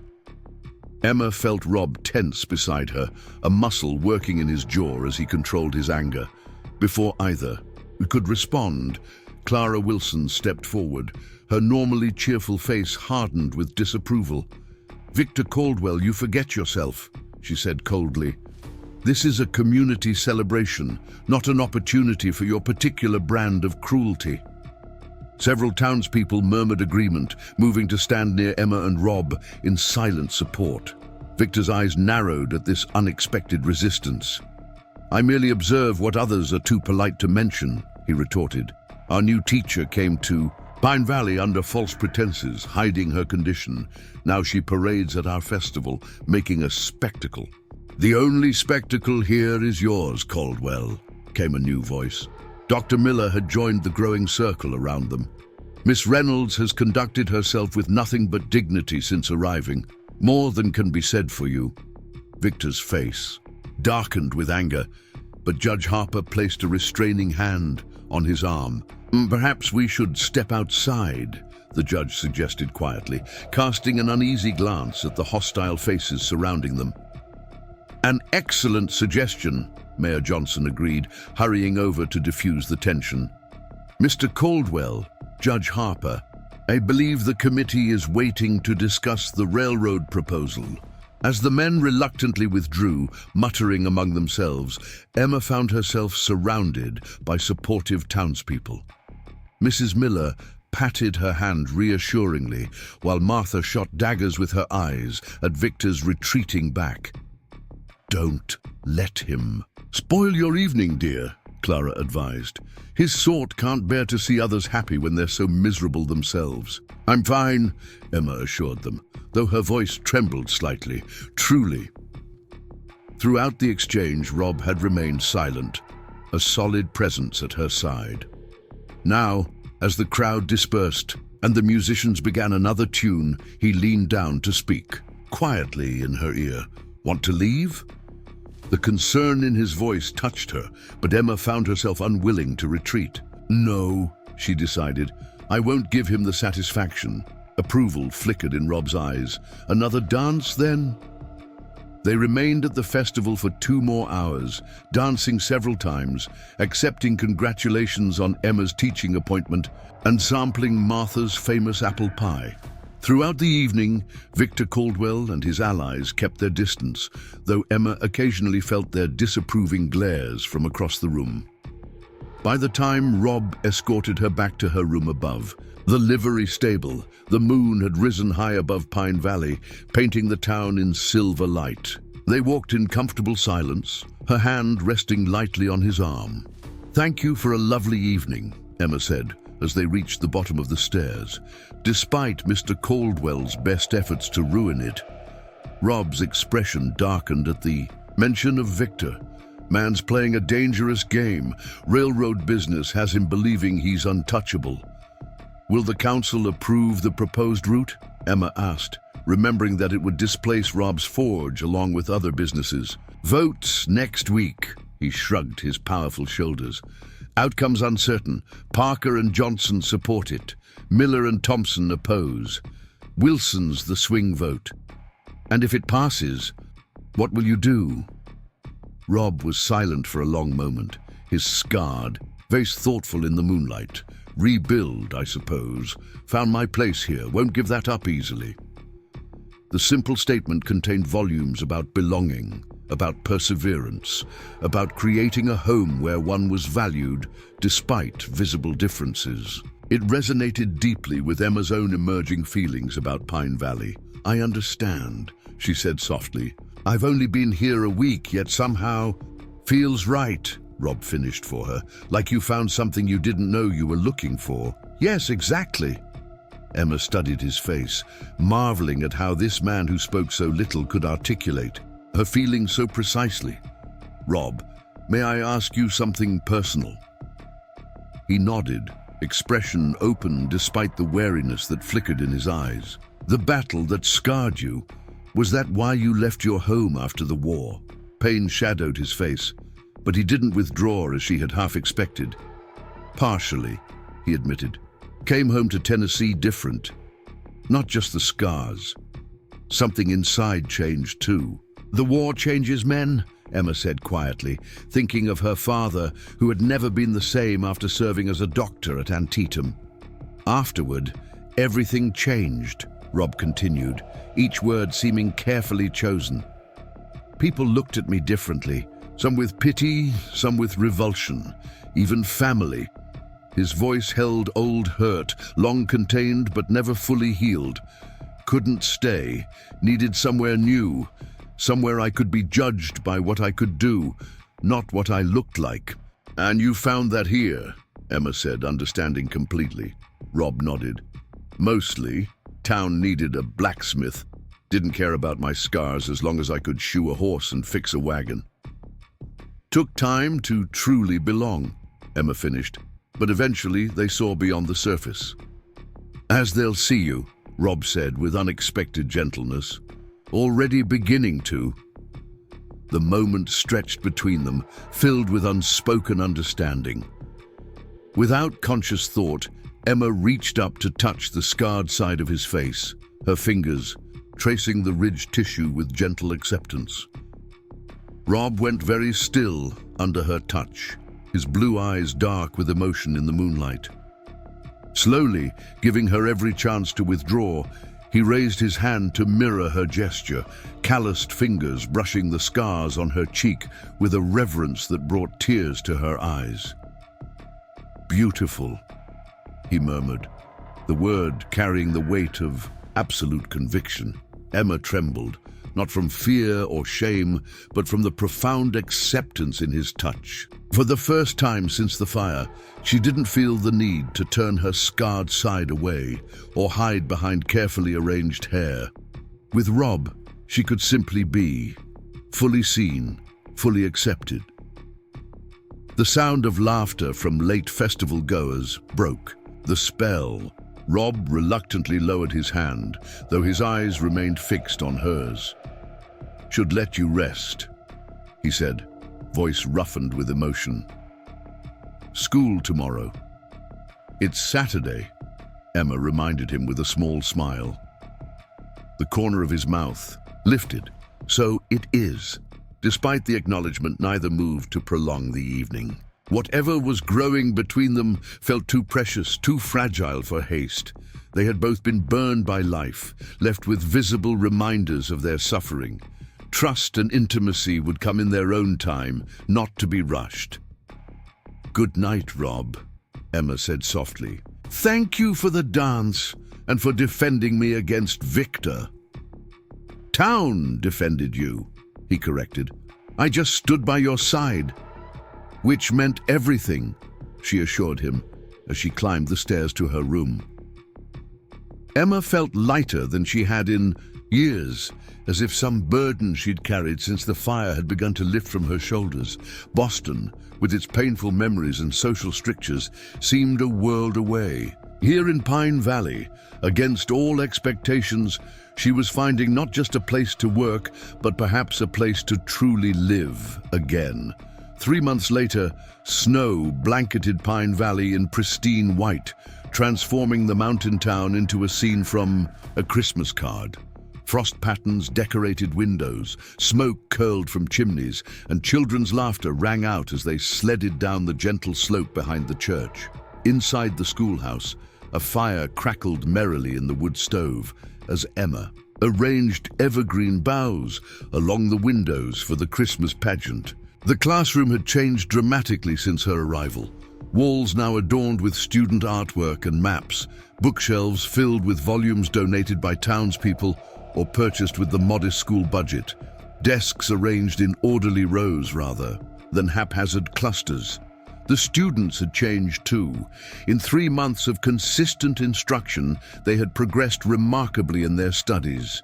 Even little Lydia Harper, initially withdrawn under her mother's disapproving influence, had blossomed into an eager student with a particular talent for mathematics. The railroad vote had ended in stalemate, with Henry Wilson surprising everyone by proposing an alternative route that would spare the existing businesses while still bringing the desired connection to Helena. The compromise was still being negotiated, but for now, Rob's Forge and the other threatened establishments remained secure. Emma's own position had solidified as parents observed their children's progress and enthusiasm. The provisional period of her appointment had ended with unanimous council approval for her permanent employment, even Judge Harper voting in her favor after Lydia's glowing reports about her teacher's methods. Victor Caldwell remained a thorn in her side, speaking against her at every opportunity, but his influence had waned as the town embraced its new teacher. His final attempt to undermine her, spreading rumors that she and Rob were engaged in improper relations, had backfired spectacularly when Martha Sullivan led a delegation of respectable matrons to publicly vouch for Emma's character. A knock at the schoolhouse door interrupted her decorating. Emma opened it to find Rob standing on the threshold, snow dusting his broad shoulders and dark hair. "Brought this," he said, holding up a small wooden chest. "For the pageant." Emma welcomed him inside, closing the door against the winter chill. "The props chest, it's perfect, Rob. The children will be thrilled." He set it down carefully, then reached into his coat pocket. "Also this." He handed her a small package wrapped in brown paper and tied with string. Opening it, Emma gasped at the exquisite silver brooch shaped like an open book, tiny words engraved across its pages. "Knowledge is light," she read aloud, tracing the delicate lettering. "Rob, did you make this?" He nodded, a rare, full smile transforming his scarred face. "Christmas gift. Too impatient to wait for the actual day." "It's beautiful," Emma said, deeply touched by the personal nature of the gift. "I'll treasure it always." Their relationship had developed slowly over the past months. Shared meals, walks through town, quiet evenings reading by the fire in her small cottage. The physical attraction between them remained powerful, but it was the deeper connection of kindred spirits that had grown into something precious to them both.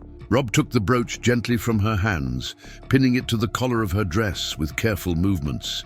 His fingers lingered there, warm against the hollow of her throat. "There's something else," he said, an uncharacteristic nervousness in his voice. "Question I've been meaning to ask." Emma's heart quickened as she met his blue eyes, now dark with emotion. "Yes? Cottage next to mine is for sale. Miller family's moving to Helena." He paused, gathering his courage. "Thought we might purchase it together, as husband and wife." The proposal, delivered in Rob's typical straightforward manner, nonetheless took Emma's breath away. Not because it was unexpected. Their growing feelings had been clear to everyone in Pine Valley for months, but because of the perfect rightness of it. "Are you asking me to marry you, Robert Hayes?" she clarified, joy bubbling up inside her. He nodded, a vulnerability in his expression that few ever saw. Not offering wealth or perfection, just honest love and partnership, a life built together. Tears filled Emma's eyes, not from sadness, but from overwhelming happiness. When she had boarded that train to Montana, heartbroken and desperate after losing her teaching position, she could never have imagined finding not just professional fulfillment, but deep, abiding love. "Yes," she said simply, reaching up to touch the scarred side of his face. "With all my heart, yes." The kiss they shared sealed more than a promise of marriage. It was an affirmation that true beauty lay not in unblemished surfaces, but in souls tempered by adversity, in hearts brave enough to risk love despite past wounds, in the courage to begin anew when life's fires had left their marks.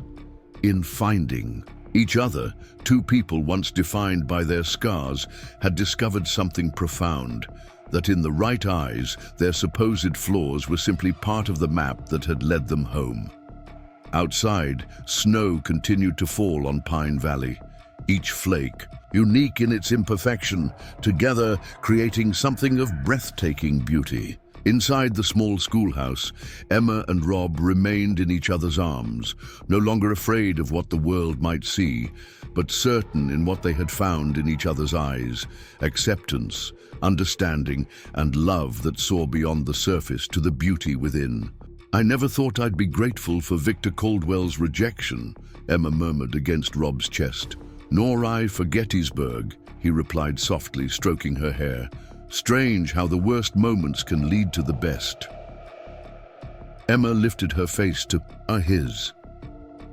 "Perhaps that's the lesson. Beauty isn't found in perfection, but in how we mend what's broken." Rob's eyes shone with emotion as he traced the line of her scars with gentle fingers. "Then you, Emma Reynolds, are the most beautiful woman I've ever known."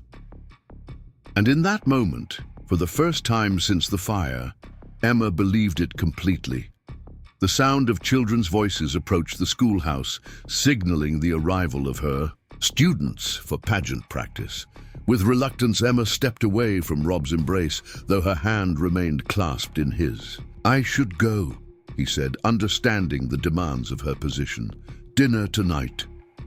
"Yes," Emma replied, her face glowing with happiness. "And every night thereafter, if you wish."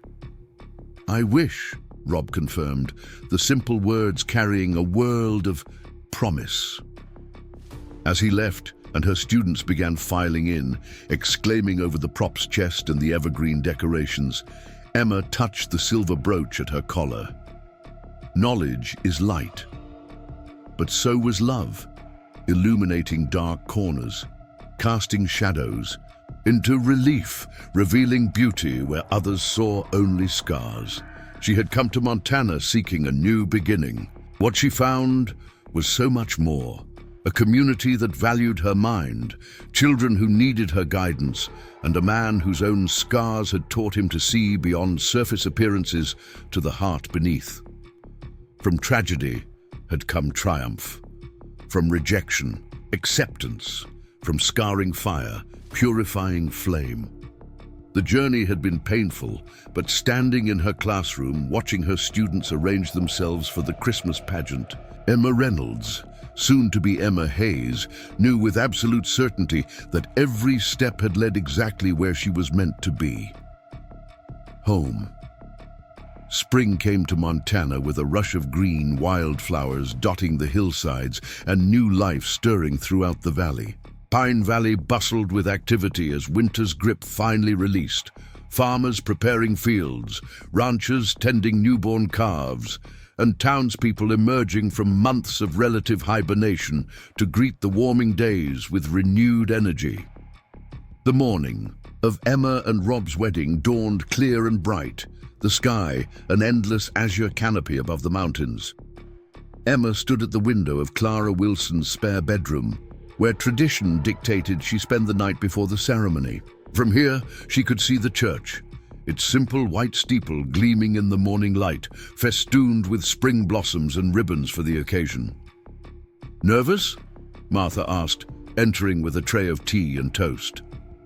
Emma smiled, surprising herself with the calm certainty she felt. "Not at all. It feels like the most natural step in the world." Martha set down the tray and studied Emma's face with motherly affection. "You've come a long way from that lost soul who wandered into my diner 6 months ago." "I have," Emma agreed, touching her scarred cheek unconsciously. Once a gesture of shame and concealment, it had become merely a habit, no longer laden with pain. "Sometimes I can hardly believe how much has changed." "Love has a way of healing what medicine can't touch," Martha said, pouring the tea. "Now, eat something? No bride of mine is fainting at the altar from hunger," Emma laughed, accepting the cup gratefully. "Yes, ma'am." The hours passed in a flurry of preparation. Clara made final adjustments to Emma's wedding dress, a creation of pale blue silk that complemented her auburn hair and fair complexion. It was more elegant than anything Emma could have afforded on her teacher's salary, a wedding gift from the Wilson family that she had accepted with deep gratitude. "Something old," Clara said, fastening a pearl necklace around Emma's throat. "These were my grandmother's." "Something borrowed," Martha added, tucking a lace handkerchief into Emma's sleeve. "Return it when you're ready to pass it to another bride." "Something blue," Abigail Collins said with a smile, presenting Emma with a pair of delicate blue ribbons for her hair. Her newborn daughter slept peacefully in her arms, the child whose imminent arrival had created the teaching vacancy that brought Emma to Pine Valley. "And something new," came a soft voice from the doorway. Lydia Harper, Judge Harper's daughter, stood shyly holding a small package. "Papa said I could bring this. It's from both of us." Emma's heart swelled as she unwrapped the gift, a beautifully bound copy of Tennyson's poems, inscribed to our esteemed teacher with respect and affection. "Thank you, Lydia," Emma said, embracing the child.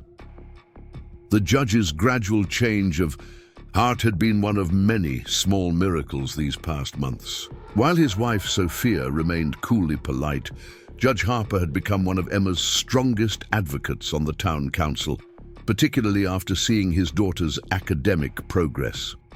As the church bells began to chime, signaling noon, Clara helped Emma with the final touches, a crown of spring flowers nestled in her upswept hair, a simple bouquet of wild mountain blossoms tied with ribbon. "It's time," Martha announced, her eyes suspiciously bright. "Your groom awaits."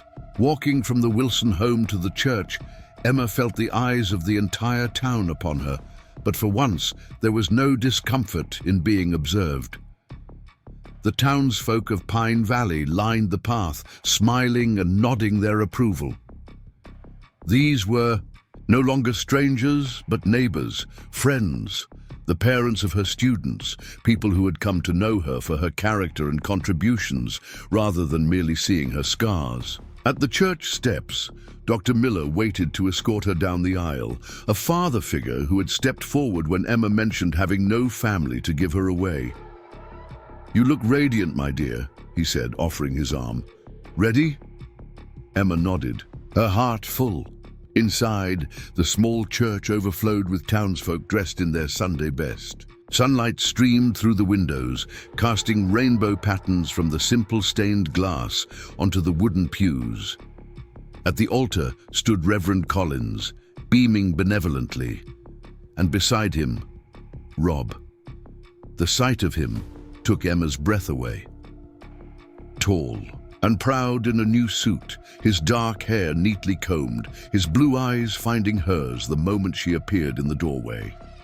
The love and wonder in his gaze made her feel truly beautiful, scars and all. As Dr. Miller led her slowly down the aisle, Emma noticed the faces of those who had become so dear to her, Ben and Frank Sullivan, Martha wiping tears unashamedly, the Wilson family, her students watching with wide, excited eyes. Even Mayor Johnson, who had initially voted against her appointment, nodded respectfully as she passed. Only one face was conspicuously absent. Victor Caldwell had left Pine Valley 3 weeks earlier, his cattle ranch sold to a company from Helena after his railroad schemes collapsed. Few mourned his departure, least of all Emma, who could now acknowledge that his rejection had been the greatest gift she could have received. When she reached the altar, Dr. Miller placed her hand in Rob's calloused palm, their fingers intertwined naturally, as if completing a circuit. Rob's scarred face held an expression of such tenderness that Emma felt tears welling in her eyes. "Dearly beloved," Reverend Collins began, his voice ringing through the hushed church, "we are gathered here today to witness the union of two souls who have found in each other not just love, but understanding, respect, and a shared vision of what life can be when two people face it together." The simple ceremony unfolded with the timeless rhythm of tradition, but Emma was only partially aware of the words being spoken. More vivid was the warmth of Rob's hand holding hers, the depth in his eyes as they exchanged vows, the slight tremble in his deep voice as he promised to cherish her all the days of their lives. "The rings, please," Reverend Collins requested. Ben Sullivan stepped forward, producing 2 simple gold bands from his waistcoat pocket. Rob's large fingers were surprisingly gentle as he slipped the ring onto Emma's hand.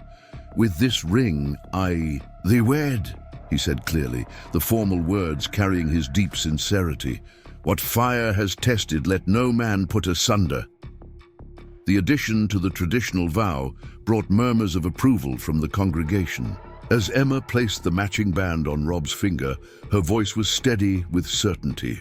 "With this ring, I thee wed. What adversity has strengthened, let no circumstance diminish." Reverend Collins beamed. "By the authority vested in me, I now pronounce you husband and wife. You may kiss your bride." Rob's kiss was gentle but filled with promise, a public declaration of private devotion. When they turned to face the congregation as Mr. and Mrs. Hayes, the church erupted in cheers and applause. The celebration spilled out into the spring afternoon, tables laden with food set up in the town square. Children darted between adults, music from local fiddlers filled the air, and toasts were offered to the happiness of the newlyweds.